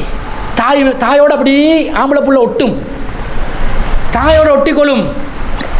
இப்போ யார் வில்லன் ஆகிறது? வாப்பா வில்லன். நான் பாசங்காற்ற என்னுடைய தாயோட, என்னுடைய அந்த அந்த பெண் இனத்தை சேர்ந்த அந்த உத்தமியோட இன்னொருத்தன் பாசம் காட்டக்கூடாது. இவனுக்கு ஈகோ வளரும். தந்தைக்கு எதிராக தாய் மீது பாசம், தந்தை மீது ஈகோ வளரும். தாயோடையே ஒட்டி கொண்டு இருப்பான். என்னதான் ஆரம்பத்தில் தெரியாமல் வாப்பா வாப்பா வாப்பான்னு இருந்தாலும் கொஞ்சம் விவரம் தெரிஞ்ச நாளில் எங்கே ஒட்டுவான்? உம்மா உம்மா உம்மாண்டு தானே ஒட்டுறான். காரணம் விளங்குதா? ஈகோ வளருது அவனுடைய உள்ளத்தில். ஈகோ என்றால் இது நல்ல ஈகோவாக மாற்றிக்கொள்ளலாம். உளவியல்ல அது விவரம் சொல்லி கொடுக்கணும். சின்ன வயசுலேருந்து மார்க்கத்தை சொல்லி கொடுக்கணும். அது நல்ல ஈகோவாக மாற்றி விட்டோம் என்று சொன்னால் அவங்க அதை சரியாக அண்டர்ஸ்டாண்டிங் பண்ணி வாழ்க்கை இப்படி தான் இருக்குதோ என்று சொல்லி அண்டர்ஸ்டாண்டிங்கில் போவாங்க. அதுக்கு தான் மார்க்கத்தை சொல்லி கொடுக்கணும். இப்படி இருப்பாங்க. அப்போ அதில் பெண் குழந்தைகள் தன்னுடைய தந்தையை பார்த்து அப்படியே வளருவாங்க. இந்த தந்தையோட கூடையா அந்த பெண் குழந்தைகள் ஒட்டுற நேரத்தில் தந்தையும் என்ன செய்வான்? கூடுதலான ஒரு கவனத்தை பெண் குழந்தைகள் மீது, என்னத்தை கேட்டாலும் எடுத்து கொடுப்பான், எங்கே கூட்டி போக கேட்டாலும் கூட்டி போவான், எல்லாமே செய்வான். இப்படி செஞ்சு அவங்க வந்து ஒரு ஒரு ராணியாக ஒரு உலகத்தில் ஒவ்வொரு வாப்பாவும் என்ன நினைப்பான், என்னுடைய மகள் ஒரு ராணியாக வாழணும், நிம்மதியாக வாழணும், சந்தோஷமாக வாழணும் என்று தான் பெத்தி எடுத்து வளர்த்து நெருப்பை கட்டி கொண்டே வளர்ப்பான். வளர்த்து வளர்த்து வளர்த்து வளர்த்து வளர்த்து ஒரு கட்டமாகினோடனே வேறு வழி இல்லை, இன்னொருத்தண்ட கையில் கொடுத்து தான் ஆகணும். வந்து எடுப்பான் பாருங்கள் ஒரு எருமை மாடு. அவன் அடிக்கும்போது அந்த தந்தைக்கு எப்படி இருக்கும், டேய் நான் வந்து ஒரு பனிக்கட்டியை கரைய விடாமல் உரைய விடாமல் வளர்த்து கையில் கொண்டாந்து தந்தா நீ கூலிங் ஃப்ரீசரில் வச்சுக்கொண்டு அதை பாதுகாத்து கொண்டு வளர்க்காம அடிப்பியா, மனசை நோவடிப்பியா? ஒவ்வொருத்தரும் யோசிங்க, உங்களோட பொம்பளை பிள்ளைகளுக்கு இது நடக்கும். நீங்கள் உங்களோட மனைவியோட நடந்தீங்கண்டா, நடக்கும்போது நடக்குமெண்டா வாப்பா செய்கிறது பிள்ளைகளுக்குன்றதுக்காக சொல்லலை, அப்படி நடக்கும்போது நீங்கள் யோசிப்பீங்க, நான் என் பொண்டாட்டிக்கு செஞ்சதை என் பிள்ளைகள் இப்படி செய்யும்போது இப்போ வாழ்க்கை இப்போ தான் பார்க்குறேன்னு யோசனை வரும். அப்போ ரசூல் ஸல்லல்லாஹு சொல்கிறாங்க, மனம் நோகுற மாதிரி நடக்காதுண்டா. வாப்பா கிட்ட நினைக்கிறதெல்லாம் கிடைக்கும், கேட்குறதெல்லாம் கிடைக்கும், சந்தோஷம் கிடைக்கும், நிம்மதி கிடைக்கும், ஹீரோயிசம் பார்க்குறேன், அன்பை பார்க்குறேன், பாசத்தை பார்க்குறேன், என்னைய திட்ட மாட்டார், என்னை அடிக்க மாட்டார், தப்பி தவறி அடிச்சிட்டாலும் ரொம்ப பாசத்தோடு வந்து என்னோட செல்லம் கொஞ்சுவார். இதெல்லாம் பார்த்து பார்த்து வளர்ந்த ஒரு பொம்பளை புள்ள கணவன் வந்து கடுமையாக மனசை நோவடித்து திட்டும் போது உடனடியாக அப்படியே மைண்டால் அப்படியே ட்ராப் ஆகிடுவாங்க. அதனால தான் ரசூலா சொல்கிறாங்க, மனம் நோகுற மாதிரி நடக்காதே. நெருப்பு வார்த்தை சிலவங்க இருக்கிறாங்க அப்படி வந்து ஸ்லீப்பிங் செல்ஸ். அவங்கெல்லாம் எப்படி ஸ்லீப்பிங் செல்ஸ்ண்டா குட்டுப்பான் இன்ஜெக்ஷனை பசந்தா கொடுக்க வேண்டிய இடத்துக்கு. இப்போ நீங்கள் குடும்பமாக வாழ்கிறீங்க, பலதரப்பட்ட விஷயங்கள் வரும். சில பேர் இருப்பானுங்க சீதனம் இல்லாமல் முடிச்சிருப்பான், ஆனால் இருக்க விடுவானா, சீதனம் கொடுத்தாலும் பரவாயில்லன்னு நினைக்கிற அளவுக்கு தான் வார்த்தையால் வெளுப்பான், வார்த்தையால் நோய்ப்பான். நீ வரும்போது உன்ட உம்மா வாப்பா உனக்கு சொத்து சுகம் கொடுத்து தான் அனுப்பினாங்களா? இதை கேட்கறதுக்கு நீ சீதனமே எடுத்திருக்கலாமேடா. இதை கேட்கறதுக்கு நீ பேசாமல் சீதனமே எடுத்திருக்கலாமே. சீதனம் எடுத்தவங்க பாருங்கள் ரொம்ப அடக்கம் ஒடுக்கமாக வாழ்வாங்க. சீதனத்தை எடுக்கிறவங்க, அதாவது எடுத்து கல்யாணம் முடித்தவங்க, சீதனம் எடுத்த பெண்ணினத்தை சேர்ந்த ஆண்கள் இருப்பாங்களே, அவங்க என்ன செய்வாங்கன்னு சொன்னால் மனைவிக்கு ரொம்ப அடக்கம் ஒடுக்கமாக இருப்பாங்க. பேசலுமா அவ சொல்ல, ஏண்ட வீட்டில் இருக்கிறாய் பொத்து வாய, ஏன் வாப்பா தந்த பெட்ரூமு, ஏன் வாப்பா அடித்த பெயிண்ட்டும் கூட அடித்து கொடுக்கணுமே சில வீடுகளுக்கு. நீ படுக்கிற கட்டில் ஏண்ட, நீ போகிற பாத்ரூம் டைல்ஸ் ஏண்ட, அதில் அடிச்சிக்கிற பெயிண்ட்டு ஏண்ட, வாட்டர் ப்ரூஃபும் ஏண்ட, எல்லாமே நான் கொடுத்தது. அடக்கமாக ஒடுக்கமாக இருக்கணும். இருப்பாங்க, ஒன்றும் பண்ண மாட்டான், ஒரு பிரச்சனையும் இல்லாமல் இருப்பான். ஏன்? மனைவியோட இறக்கத்துக்கு இல்லை, இந்த சொத்து சுகமெல்லாம் போயிடும் என்ற பயம். கேவலங்கெட்ட வாழ்க்கை. அப்போ கணவன் மனைவியோட வாழ்கிற வாழ்க்கையில் அந்த வார்த்தைகளால் நோவிக்கிறது இருக்குதே. நீ என்னத்தை கொண்டு வந்தாய், நீ வெறுங்கையாக தான் வீசி கொண்டு வந்தாய், உன்னோட வாப்பாவும் இருக்கிற ஒரு பிச்சைக்கார பயல் என்னும்போது இவக்கு மனசு அப்படியே கீழே விழுந்துடும். நீங்கள் அவளுக்கு அவளை குறைந்து அவளுக்கு பேசுங்க, அவனோட உம்மா வாப்பாவுக்கு பேசிடாதீங்க. ஏன்னா அவங்களோட உலகம் அது. மனைவியுடைய தாய் தந்தை அவளுக்கு தாய் தந்தை. உனக்கு மாமாவும் இருப்பார், மாமனாரும் மாமியாரும். அவளுக்கு தாய் தந்தை தானே, ரெஸ்பெக்டை கொடுக்கணும். பொண்டாட்டி கேச மாட்டான், பொண்டாட்டியை நோவடிக்கணும்னு அங்கே குத்துவான். எங்கே உன் உம்மா எப்படி, உன் வாப்பா இப்படி, உன் தம்பி இருக்கிறானே தருதலை உதவாக்கற என்றோடனே இவக்கு நோவும். அவன் உண்மையிலே உதவாக்கறையாக இருப்பான், தருதலையாக இருப்பான். உனக்கு எதுக்கு? நீ உருப்படியானவனா? உன் குடும்பத்தை பட்டியல் போட்டு அவள் பேச, ஏண்ட குடும்பத்தை நீ எழுத்தா பார்த்துக்கோ, ஏண்ட உம்மா வாப்பாவை பேசினா பார்த்துக்கோ. ஓண்ட குடும்பம் கடைசியில் யார் திட்டிக்கொள்வாங்க தெரியுமா? அவட குடும்பத்தை இவ இழுக்க, இவட குடும்பத்தை அவ இழுக்க. தேவையா இந்த பொழப்பு? அப்போ குத்தி பேசக்கூடாது, அந்த ஸ்லீப்பிங் செல்ஸ் அடிக்கக்கூடாது. அப்போ நீங்கள் என்ன செய்யணும்? வார்த்தைகளில் கவனமாக. ரசூலா சொல்கிறாங்க, மனசை நோவடிச்சிடாதீங்க, கவனமாக இருங்க. சில நேரம் பை மிஸ்டேக்கில் வரும். ஏன்டா மலக்குமார்கள் இல்லை தானே, பை மிஸ்டேக்கில் வந்தால் அவசரப்பட்டு சொல்லிவிட்டு அவங்க ஒரு மாதிரி ஆகிடுவாங்க. அப்படி கண்கள் அப்படி கண்ணீர் கொட்டும், சும்மாவும் கொட்டும், அது வேறு விஷயம். மனசு நொந்தும் கொட்டும். அப்படி கொட்டும்பொழுது மிஸ்டேக்கில் வந்துருச்சு, ஒன்றும் நினைக்க வேணாம், நினச்சி சொல்லலை, இப்படி ஆயிடுச்சு என்று சமாதானம் ஆகிக்கோங்க. ஏன்னா மனுஷன்ற வகையில் பை மிஸ்டேக்கில் வரும். சில நேரம் திட்டமிட்டும் சொல்லியிருப்பார், சொன்ன பிறகு கொஞ்ச நேரத்தில் யோசிப்பார், கோவத்தில் சொல்லிட்டு அப்படி சொல்லியிருக்கக்கூடாது, ஒரு மாதிரியாக இருந்துச்சு, சமாதானமாகிருங்க. ஏண்டா ரசூலா சொல்லிட்டாங்க, உங்களுடைய மனைவிமார்கள்ட்ட மனசை நோவடிக்காதுன்ட்டாங்க. மனசை நோவடிக்காம தான் நீங்கள் நடந்தது. அதுவும் சுன்னா, அது அல்லாஹ்வின் தூதருடைய கட்டளை. அல்லாஹ்வின் தூதருடைய கட்டளையை நீங்கள் புறக்கணிச்சிட்டு இஸ்லாமிய மார்க்கத்துக்குள்ள உங்களுக்கு வாழ்ந்து கொண்டிருக்கலாமா? பொம்பளைக்கு அடிமையாகிறீங்கன்ற அர்த்தம் இல்லை, நல்லா புரிஞ்சுக்கோங்க. உங்களுடைய ஆண்மையை நீங்கள் அடகு வைக்கிறீங்கன்ற அர்த்தம் இல்லை, இறை தூதருடைய சொல்லுக்கு கட்டுப்படுறன்ற அர்த்தம். அப்படி மனசை தீர்த்திக்கோங்க. உங்களோட மனசுக்கு நினைக்கி, இவ்வளவு சொல்கிறத நான் கேட்குறதா, இவ்வளுக்கு நான் அடிமையாக போகிறதா, இவ்வளுக்கு நான் ஒன்று கொண்டு நிற்காமல் நான் என்னுடைய ஆணாதிக்கத்தை காட்டாமல் இருக்கிறதா, அது எனக்கு குறைவு அப்படி நினைக்க வேணாம். ரசூலா சொன்னாங்க, மனசு ஒன்று அடிச்சிடாதே, அடங்குங்க. அதே மாதிரி நபி ஸல்லல்லாஹு அலைஹி வஸல்லம் சொல்கிறாங்க, வலா தஹ்ஜுர் இல்லா ஃபில் பைத், வீட்டில் தவிர வெளியே நீ அவளை கண்டித்து விடாதே. சிலவங்க வீட்டுக்குள்ளே அடங்கி இருப்பாங்க, மனைவிக்கு உசு புசும் பேச மாட்டான். ஏண்டா உசு புசு பேசினாலும் சாப்பாடு இல்லை, கேன்சல், எல்லா சாப்பாடும் கேன்சல் ஆகிரும். புரியுது தானே? இந்த சாப்பாடு அந்த சாப்பாடு எல்லா சாப்பாடும் கேன்சல் ஆகிரும்ன்றதுனால அடங்கி இருப்பான்.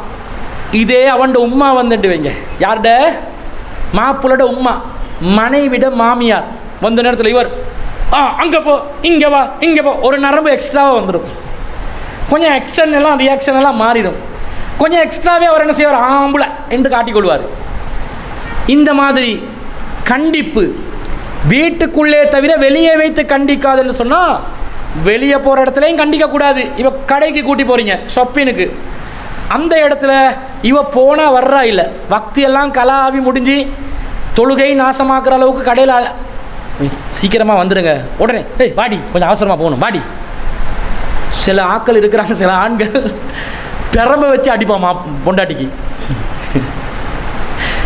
ரோட்டில் குத்துவானுங்க, இடுப்புக்கு இப்படி இப்படி அனுவான், இப்படியெல்லாம் குத்துவான், அடிப்பான், கண்ணத்தில் அரைவான். சில பொம்பளையில் அழுந்து கொண்டே ரோட்டில் போவாங்க, எங்களுக்கு என்ன எதுன்னு கேட்கலுமா, உடனே இன்னும் சேர்த்து அடிப்பான். அவன் என்னடி ஒண்ட விஷயத்தில் வாயை போடுறான் அப்படி இருக்க இன்னமும் அடிப்பான், அதையும் கேட்க முடியாது. அப்போ இந்த மாதிரி கண்டிப்பென்றாலும் கண்டிப்பு கடுமையான வார்த்தை. வெளியில் போனோன்னு இவர் ஒரு ஆம்பளை சிங்கம் ஆகிடுவார், வீட்டுக்குள்ளே அசிங்கம் அது வேறு விஷயம். வெளியில் போனோன்னே இவர் பைக்கை முறுக்கு மாதிரி அவருக்கு முறுகி கொண்டு வரும். அவர் தான் மீசை வச்ச ஆம்புலண்ட், அப்போ தான் நினைவு வரும். 4 பேர் முன்னுக்கும் அவர் ஆம்புல மாப்பிள்ளை மாப்பிளா, அவர் மாப்பிளா ஆகிடுவார் மாப்பிள்ளை. அப்போ இவர் என்ன செய்வார், சாதாரணமாக வீட்டுக்குள்ளே நடக்கிற மாதிரி இவ இப்போ என்ன நல்லதான் இருந்தது, கொஞ்சம் ஆக்ஷன் எல்லாம் மாறுது, ரியாக்ஷன் எல்லாம் சேஞ்ச் ஆகுது, எதுக்கு ஓவர் ஆக்ஷன் கொடுக்குறான். பாப்பா நீ உன் குடும்பத்தில் முன்னாடி இதே மாமியிட வீட்டுக்கு கூட்டி போயிட்டு உம்மாட முன்னுக்கு தண்ணியை கொண்டாந்து வை, அதை கொண்டாந்து வை, இதை பண்ணு அதை பண்ணு, வீட்டுக்குள்ளே அவன் போயிட்டு பொண்டாட்டிக்கு தண்ணி எடுத்து கொடுப்பான். ஒரு புறையேறினாலும் இவன் தான் போயிட்டு தட்டுன்னு தட்டுவான். மாமியிட வீட்டுக்கு போனா நீ அதை பண்ணு நீ இதை பண்ணு, இவர் தன்னை வசதி காட்டுறாரு. உன்னோட கண்டிப்பு உண்மையிலே கண்டிக்க வேண்டிய விஷயமா இருந்தாலும் வீட்டுக்குள்ளே தான் கண்டிக்கணும். வீட்டுக்குள்ளே கண்டிக்கிற சொல்ல ஏன்னு சொல்கிறாங்க, மனைவியை அவமானப்படுத்துவது கூடாது. இன்றைக்கு எத்தனை ஆம்புலையில் தன்னுடைய மனைவிமார்களை எத்தனை இடத்துல போயிட்டு அவமானப்படுத்துகிறான். குறிப்பாக மாப்பிள்ளோட குடும்பத்தில் போயிட்டு எனக்கே ஒருத்தி வந்து சேர்ந்தாலே அல்லல்லல்லா அவளோட படுற பாடுறான். அவளுக்கு சமைக்கவும் தெரியா, அவளுக்கு உடுக்கவும் தெரியா, ஒழுங்காக பேசவும் தெரியா, கொஞ்சம் இங்கிலீஷ் பேசி கேளுங்களே அவகிட்ட, ஹவ்வாயோன்னு கேளுங்களே, உளத்துவா பாருங்கன்னு கிக்கின்னு சிரிப்பாங்க. இந்த குடும்பம் சேர்ந்து சிரிக்கும். நீ அவமானப்படுத்துறியா? நீங்கள் உண்மையான ஆண் மக்களாக இருந்தால் அல்லாஹ்வின் தூதருடைய இந்த சொல்லின் பிரகாரம் உங்களுடைய மனைவியை வெளியிடங்களில் நீங்கள் அவமானப்படுத்தக்கூடாது என்றால் அதனுடைய முதலாவது படி, நீங்களும் மனைவியும் உங்களோட 4 செவத்துக்குள்ளே என்னென்ன செய்கிறீங்களோ அதை போய்ட்டு வெளியே பேசிடாதீங்க. சிலவனும் என்ன செய்வானுலண்டா, கூட்டாளிமார்களோட ஃப்ரெண்ட்ஸ்மார்களோட என் பொண்டாட்டி ஒரு தோதுடா ஒன்றுமே விளங்காதுடா கிறுக்கு மூதேவி அது அப்படின்டுவான். பேசுகிறானா இல்லையா, விட்டு கொடுக்குறானா இல்லையா, விட்டு கொடுப்பான். அவனுக்கு டெக்னாலஜியும் தெரியா ஒன்றும் தெரியா, நான் சரியான ஃபித்னா பண்ணுவேன், அவனுக்கு ஒன்றுமே விளங்காது தோது இளவு அப்படின்டுவான். இப்படி நீ மானபங்கப்படுத்தினா நாளைக்கு அவன் என்ன பார்ப்பா, ஓ தோதோ, அப்போ நாங்கள் ஒரு கணக்கு போட்டுக்கொள்வோம். கூட்டாளி வீட்டுக்கெல்லாம் கூட்டி போவார் தானே, அவன் நினைப்பான் ரசூலா சொல்கிறாங்க, மனைவியோட நீ எப்படி இல்லறத்தில் இருக்கிறாயோ உண்ட மனைவியுடைய அங்கு அவயவங்களை கூட நண்பர்கள்கிட்ட போயிட்டு வர்ணிக்காதே. அவள் இப்படி இப்படி இந்த மாதிரி பாடி ஷேப் இதெல்லாம் சொல்லாதே. அவன் கற்பனை பண்ணிடுவான், அவன் கணக்கில் வந்துடும். இவன் ரசிக்கிறதுக்காகவும் சொல்லக்கூடாது, அவமானப்படுத்துறதுக்கும் சொல்லக்கூடாது. இதெல்லாம் கெட்ட சைத்தானிய விஷயங்கள் இன்றைக்கி சர்வ சாதாரணமாக நடக்குது. அப்போ அவமானப்படுத்துறதுக்கு முதல்ல என்ன பண்ணுவாங்க, தன்னுடைய யாருக்கிட்ட போயிட்டு சொல்லணுமோ பொண்டாட்டிட்ட குறையெல்லாம் போயிட்டு இதைத்தான் மாமியும் எதிர்பார்ப்பாங்க. இவனோட கூட பிறந்தவங்க கொஞ்சம் பேர் இருப்பாங்களே, அவங்களும் எதிர்பார்ப்பாங்க. அவங்களோட குடும்பம் நாறுண்டு நாறிக்கொண்டு இருக்கும், அது வேற விஷயம். அதெல்லாம் வெளியே போகிறது கூடாதுன்னு நினைப்பாங்க. ஆனால் நானோட பொண்டாட்டி தம்பிட பொண்டாட்டி என்ன மிஸ்டேக் பண்ணுறாங்கன்றத தெரிஞ்சு கொள்கிற ஹவாவுடன் இருப்பாங்க. அதுக்கு இடம் வச்சிடாதீங்க. உங்களோட மனைவியோடு நீங்கள் நடந்து கொள்வது உங்களுக்குரிய அமானிதம். வெளியே போய்ட்டு ஒத்த வார்த்தையை மிஸ் பண்ணி போட்டுறாதீங்க. உம்மா கிட்ட கூட, உங்களை பெத்த தாய்கிட்ட கூட மனைவியை நீங்கள் விட்டு கொடுத்து பேசுகிறாதீங்க. அதுக்காக தாயை புறக்கணிக்க சொல்லலை. தாய் எங்களுடைய ஒரு கண்ணண்ட மனைவி இன்னொரு கண், ரெண்டு கண்ணையும் நாங்கள் வச்சு பாதுகாக்கணும். உலகத்தில் உறவு பாராட்டுறதுக்கு மிக தகுதியானவங்க தாய் தான். அதுக்காக அந்த தாய்கிட்ட போய்ட்டு மனைவியை விளம்பரப்படுத்தி கொண்டு இருக்கக்கூடாது, அம்பலப்படுத்தி கொண்டு இருக்கக்கூடாதுன்றது விளங்கும். ரசூல் ஸல்லல்லாஹு சொல்கிறாங்க, எந்த அளவுக்கு மனைவியோட ரெஸ்பெக்டபுளாக நடக்கணும் என்றா, ரெஸ்பெக்டபுளாக நடக்கணும். வைஃபோட ரெஸ்பெக்டபுளாக நடக்கணும், மரியாதை கொடுத்து நடக்கணும், கௌரவம் கொடுத்து நடக்கணும். உங்களோட வயசில் இளையவங்களாக இருப்பாங்க, அது வேறு விஷயம். ஆனால் ரெஸ்பெக்ட் முக்கியம். எந்த அளவுக்கு ரெஸ்பெக்ட்னு சொன்னால், நபி ஸல்லல்லாஹு அலைஹி வஸல்லம் ஒரு முறை ஆயிஷா ரலியல்லாஹு அன்ஹா தூங்கி கொண்டு இருக்கிறாங்க. ரசூல் ஸல்லல்லாஹு அலைஹி வஸல்லம் அவங்கள பார்க்குறாங்க, தூக்கம் உறங்கி கொண்டு இருக்கிறாங்கன்ட்டு ரசூல்லாம் ஒரு சைடில் போயிட்டு அவர் என்ன செய்கிறாரு, போர்வையை போற்றி கொண்டு சாஞ்சி கொள்கிறாங்க. ஆயிஷானாகி தூங்கலை, தூங்குற மாதிரி நடித்து கொண்டு இருக்கிறாங்க. ஆயிஷானாகிட்ட சில விஷயங்கள் இருக்குது தானே, ஹதீஸுகளில் வாரது தான். அவங்க தூங்குற மாதிரி கொஞ்சம் என்ன செய்கிறாங்க, கொஞ்சம் பாவனை செஞ்சு கொண்டு இருக்கிறாங்க. அப்போ ரசூல் ஸல்லல்லாஹு அலைஹி வஸல்லம் அப்படியே கொஞ்சம் நேரம் இருந்துட்டு ரசூலை வீட்டுக்குள்ளே வர்றாங்க. வந்து அவங்களோட மேலாடையை கலைக்கிறாங்க, பாதணிகள் ரெண்டை இப்படி உண்டாக்கி தலைக்கு பக்கத்தில் வச்சு கொள்கிறாங்க. பிறகு வந்து போற்றி கொண்டு படுக்கிறாங்க. திடீரென ரசூல் ஸல்லல்லாஹு அலைஹி வஸல்லம் இப்படி பார்க்குறாங்க. ஆயிஷா ரலியல்லாஹு அன்ஹா, ஆயிஷா ரலியல்லாஹு எப்படி அறிவிக்கிறாங்கன்ற ஹதீஸை, இறை தூதர் ஸல்லல்லாஹு அலைஹி வஸல்லம் நான் தூங்கிறேனா இல்லையான்னு பார்த்தாங்க. அது எப்படின்னா, நான் தூங்கிட்டேனோ, நான் நல்ல ஆழ்ந்த தூக்கத்துக்கு போயிட்டேனோ என்று பார்த்தாங்க. தூங்குறே இல்லையான்னு பார்த்தாங்கண்டா கூட வேற கணக்கு. நான் ஆழ்ந்த தூக்கத்துக்கு போயிட்டேனோ என்று பார்த்துட்டு மெதுவாக போர்வை அகற்றினார்கள். எப்படி அந்த ஹதீஸை வர்ணிக்கிறாங்கன்னு பாருங்கள். மெதுவாக போர்வை அகற்றினார்கள். அப்படியே என்ன செஞ்சாங்க, அந்த படுக்கையிலிருந்து எழுந்திருச்சாங்க. மெதுவாக மேலாடையை போட்டாங்க, மெதுவாக காலணிகளை அணிந்தாங்க, மெதுவாக வீட்டுக்கு வெளியே போய் கதவை மூடினாங்க. கதை வேண்டாம், அவங்களுக்கு ஒரு பாய் தான், அதை போட்டு அப்படியே மூடிட்டாங்க. மெதுவாக போயிட்டாங்க. நான் பதட்டப்பட்டுட்டேன். இதன் அல்லாஹ்வின் தூதர் ஸல்லல்லாஹு அலைஹி வஸல்லம் செய்கிறாங்க. பட்டுக்கிற மாதிரி வந்துட்டு, அது என்னுடைய இரவு, என்னோட தூங்க வேண்டிய நாள், எங்கே போகிறாங்க எனக்கு தெரியாமல் என்று பார்க்க நினச்சேன். நான் என்னுடைய அப்படி மேலாடையை போட்டு என்னையை மறைச்சி கொண்டு நான் நபி ஸல்லல்லாஹு அலைஹி வஸல்லம் அப்படியே பின்தொடர்ந்தேன். ரசூலுல்லாஹ்வுடைய அடிச்சுவட்டை நான் தொடர்ந்து கொண்டு அப்படியே சென்றேன். ஆயிஷா ரலியல்லாஹு அன்ஹா சொல்கிறாங்க, எப்படி சொல்கிறாங்கன்னு பாருங்கள். இன்தலக்து அலா இஸ்ரிஹி, அவங்களுடைய அடிச்சுவடுகளை நான் தொடர்ந்து சென்றேன். அத்தாஜா அல் பக்கி, நபி ஸல்லல்லாஹு அலைஹி வஸல்லம் பக்கிக்கு போனாங்க. பக்கியானா ஜன்னத்துல் பக்கி, மையவாடி. ரசூலா போயிட்டுக்கிறாங்க எங்கே, அடுத்த மனைவிட வீட்டுக்கு இல்லை, மையவாடிக்கு தான் போயிட்டுக்கிறாங்க. மையவாடிக்கு போனாங்க. ஃபகாம, ரசூலா நின்றாங்க. ஃபஅதாலல் கியாம், ரொம்ப நெடுநேரம் நின்றாங்க.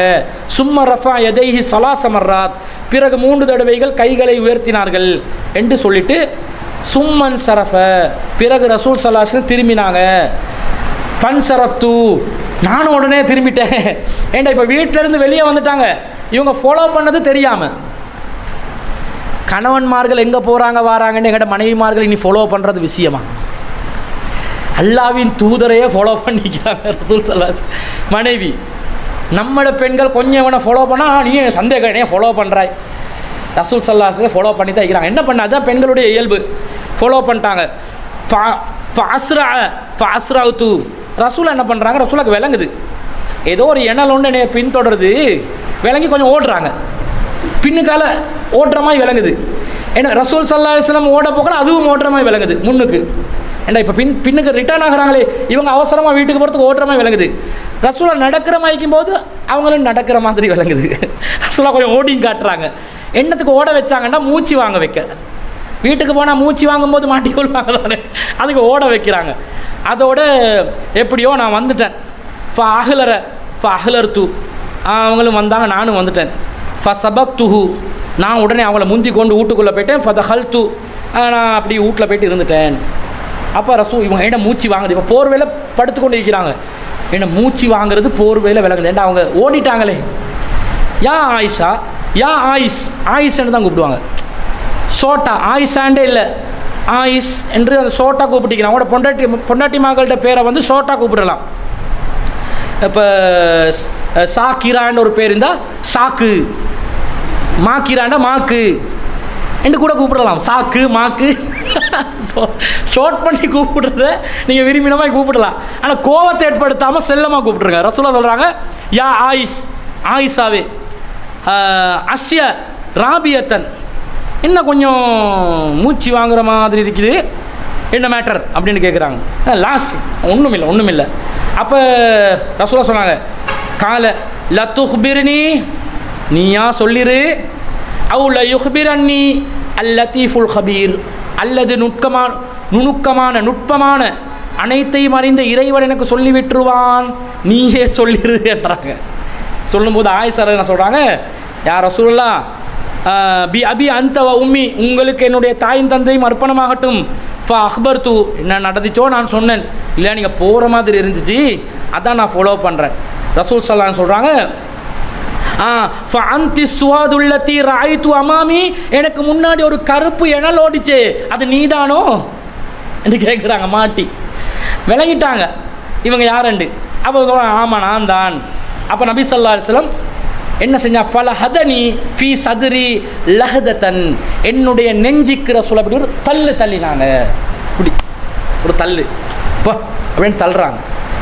ஆயிஷா நாயகி சொல்கிறாங்க, எனக்கு வலிச்சிச்சு, ரசூலா தள்ளின தள்ளு எனக்கு வலிச்சிச்சு, என் நெஞ்சில் இப்படி தள்ளினாங்க, அது எனக்கு வலிச்சிச்சு. அப்போ ரசூல் ஸல்லல்லாஹு சொல்கிறாங்க, கால அல நந்தி ஐ யஹீஃபல்லாஹு அலைக்கி வ ரசூலுஹு, அல்லாஹ்வும் அல்லாஹ்வுடைய தூதரும் உனக்கு துரோகம் இழைத்து விடுவார்கள் என்று நினைச்சிட்டாயா என்று கேட்குறாங்க.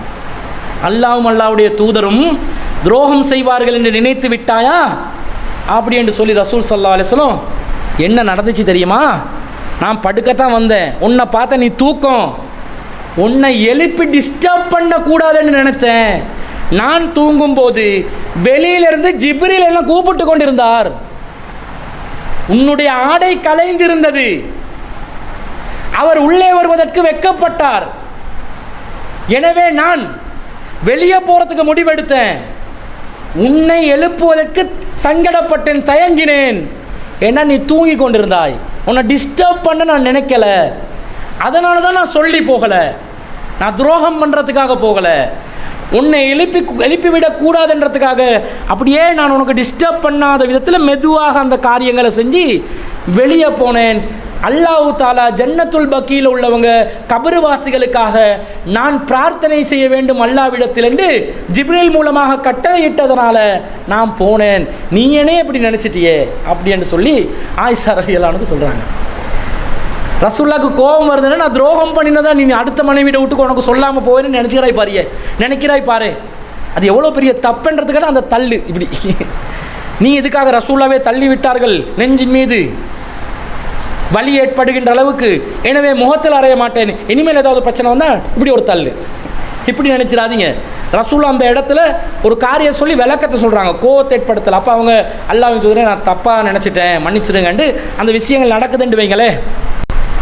ரசூலுல்லாஹ் என்ன சொன்னாங்க, டிஸ்டர்ப் பண்ண நினைக்கல, உன்னுடைய தூக்கத்தை நான் கலைக்க நினைக்கல. எத்தனை மாப்பிள்ளை மகள் கடைப்பிடிக்கிறீங்க நீங்கள்? விடிய காட்டில் ஒரு பயணம் போகணும், விடிய காட்டில் நம்ம ஊரில் வழக்கம் என்னது, எலுமினா டீ குடிக்கணும், மனைவி தூக்கம், நீங்கள் என்ன செய்வீங்க? கொஞ்சம் டீயை ஊற்றி சரி தாங்கவா, இப்படி தூங்கி கொண்டு இருக்கிறீங்க. என்னது டீயை சரி ஊற்றி தாங்கவா, இப்படியா தூங்குறது? இல்லாட்டி கொஞ்சம் சத்தம் போடுவான் வேணுக்கண்டு அவன் குளிச்சுட்டு போகணும் வேண்டாம், அந்த பக்கெட்டெல்லாம் பிறல்ற மாதிரி சத்தத்தை போட்டு எழுப்பி விட பார்ப்பான். அல்லது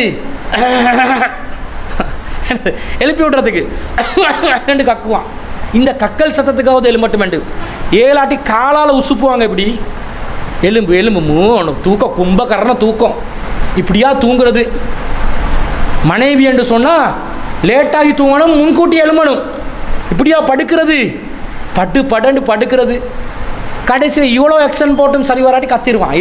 எலும்படி தேத்தனையை சரி ஊற்று தாடி, அதையாவது குடிச்சிட்டு போகிறதுக்கு, டிஃபனையாவது ரெடி பண்ண மாட்டாய், டீயை சரி குடிச்சிட்டு போகணும் தாண்டு கத்துவான். டிஸ்டர்ப் பண்ணாமல் உங்களுக்குரிய டிஃபன் தயாராக இல்லை என்றால், காலை உணவு தயாராக இல்லை என்றால், டிஸ்டர்ப் பண்ணாமல் நீங்கள் போயிட்டு இருக்கிறீங்களா இல்லையா? உங்களோட வாழ்க்கையில் கடைப்பிடிச்சிருக்கிறீங்களா? நீங்கள் என்ன நினைக்கிறீங்க தெரியுமா? உங்கள் பொண்டாட்டி உங்களுக்கு டீ ஊற்றி கொடுக்குறது கடமைன்னு நினைக்கிறீங்க. உங்களுக்கு கடமை இல்லை, அவள் விரும்பி செய்கிறதா இருந்தால் அவள் டிஸ்டர்ப் பண்ணி பலவந்தமாக அதை எடுக்க இயலாது. நல்லா புரிஞ்சுக்கோங்க. ரசூல் ஸல்லல்லாஹு அலைஹி வஸல்லம் எப்படி டிஸ்டர்ப் பண்ணாமல் நடந்தாங்க? அவள் கொஞ்சம் தூங்க விட மாட்டான். அவள் எப்பயுமே மெஷின் மாதிரி எழும்பிக் கொண்டு இவனுக்கு பணிவிட செஞ்சு கொண்டே இருக்கணும், உபசரிப்பு செஞ்சு கொண்டே இருக்கணும், இவனுக்கு உதவி ஒத்தாசையாக இருந்து கொண்டே இருக்கணும். இப்படி மார்க்கம் சொல்லலை. அவ மதித்து நடக்கணும். இந்த மதிப்பில் ஒன்று தான் அவட சுதந்திரத்துக்குரிய இடத்த கொடுக்கணும். அந்த சுதந்திரத்துக்குரிய இடத்த கொடுத்து அவங்களோட மனசை வெண்டெடுத்து பாருங்கள். என்ன பெரிய பிரச்சனை வந்தாலும் உங்களை விட்டு கொடுக்க மாட்டாங்க. இந்த மாதிரி அவங்கள மதித்து வாழணும். இது சம்பந்தமான இன்னும் சில செய்திகள் குர்ஆன் ஹதீஸில் உள்ளது. இன்ஷா அல்லாஹ் அடுத்த வாரங்களில் பார்ப்போம். வாஹிரு தவானா அனில் ஹம்துலில்லாஹி ரப்பில் ஆலமீன்.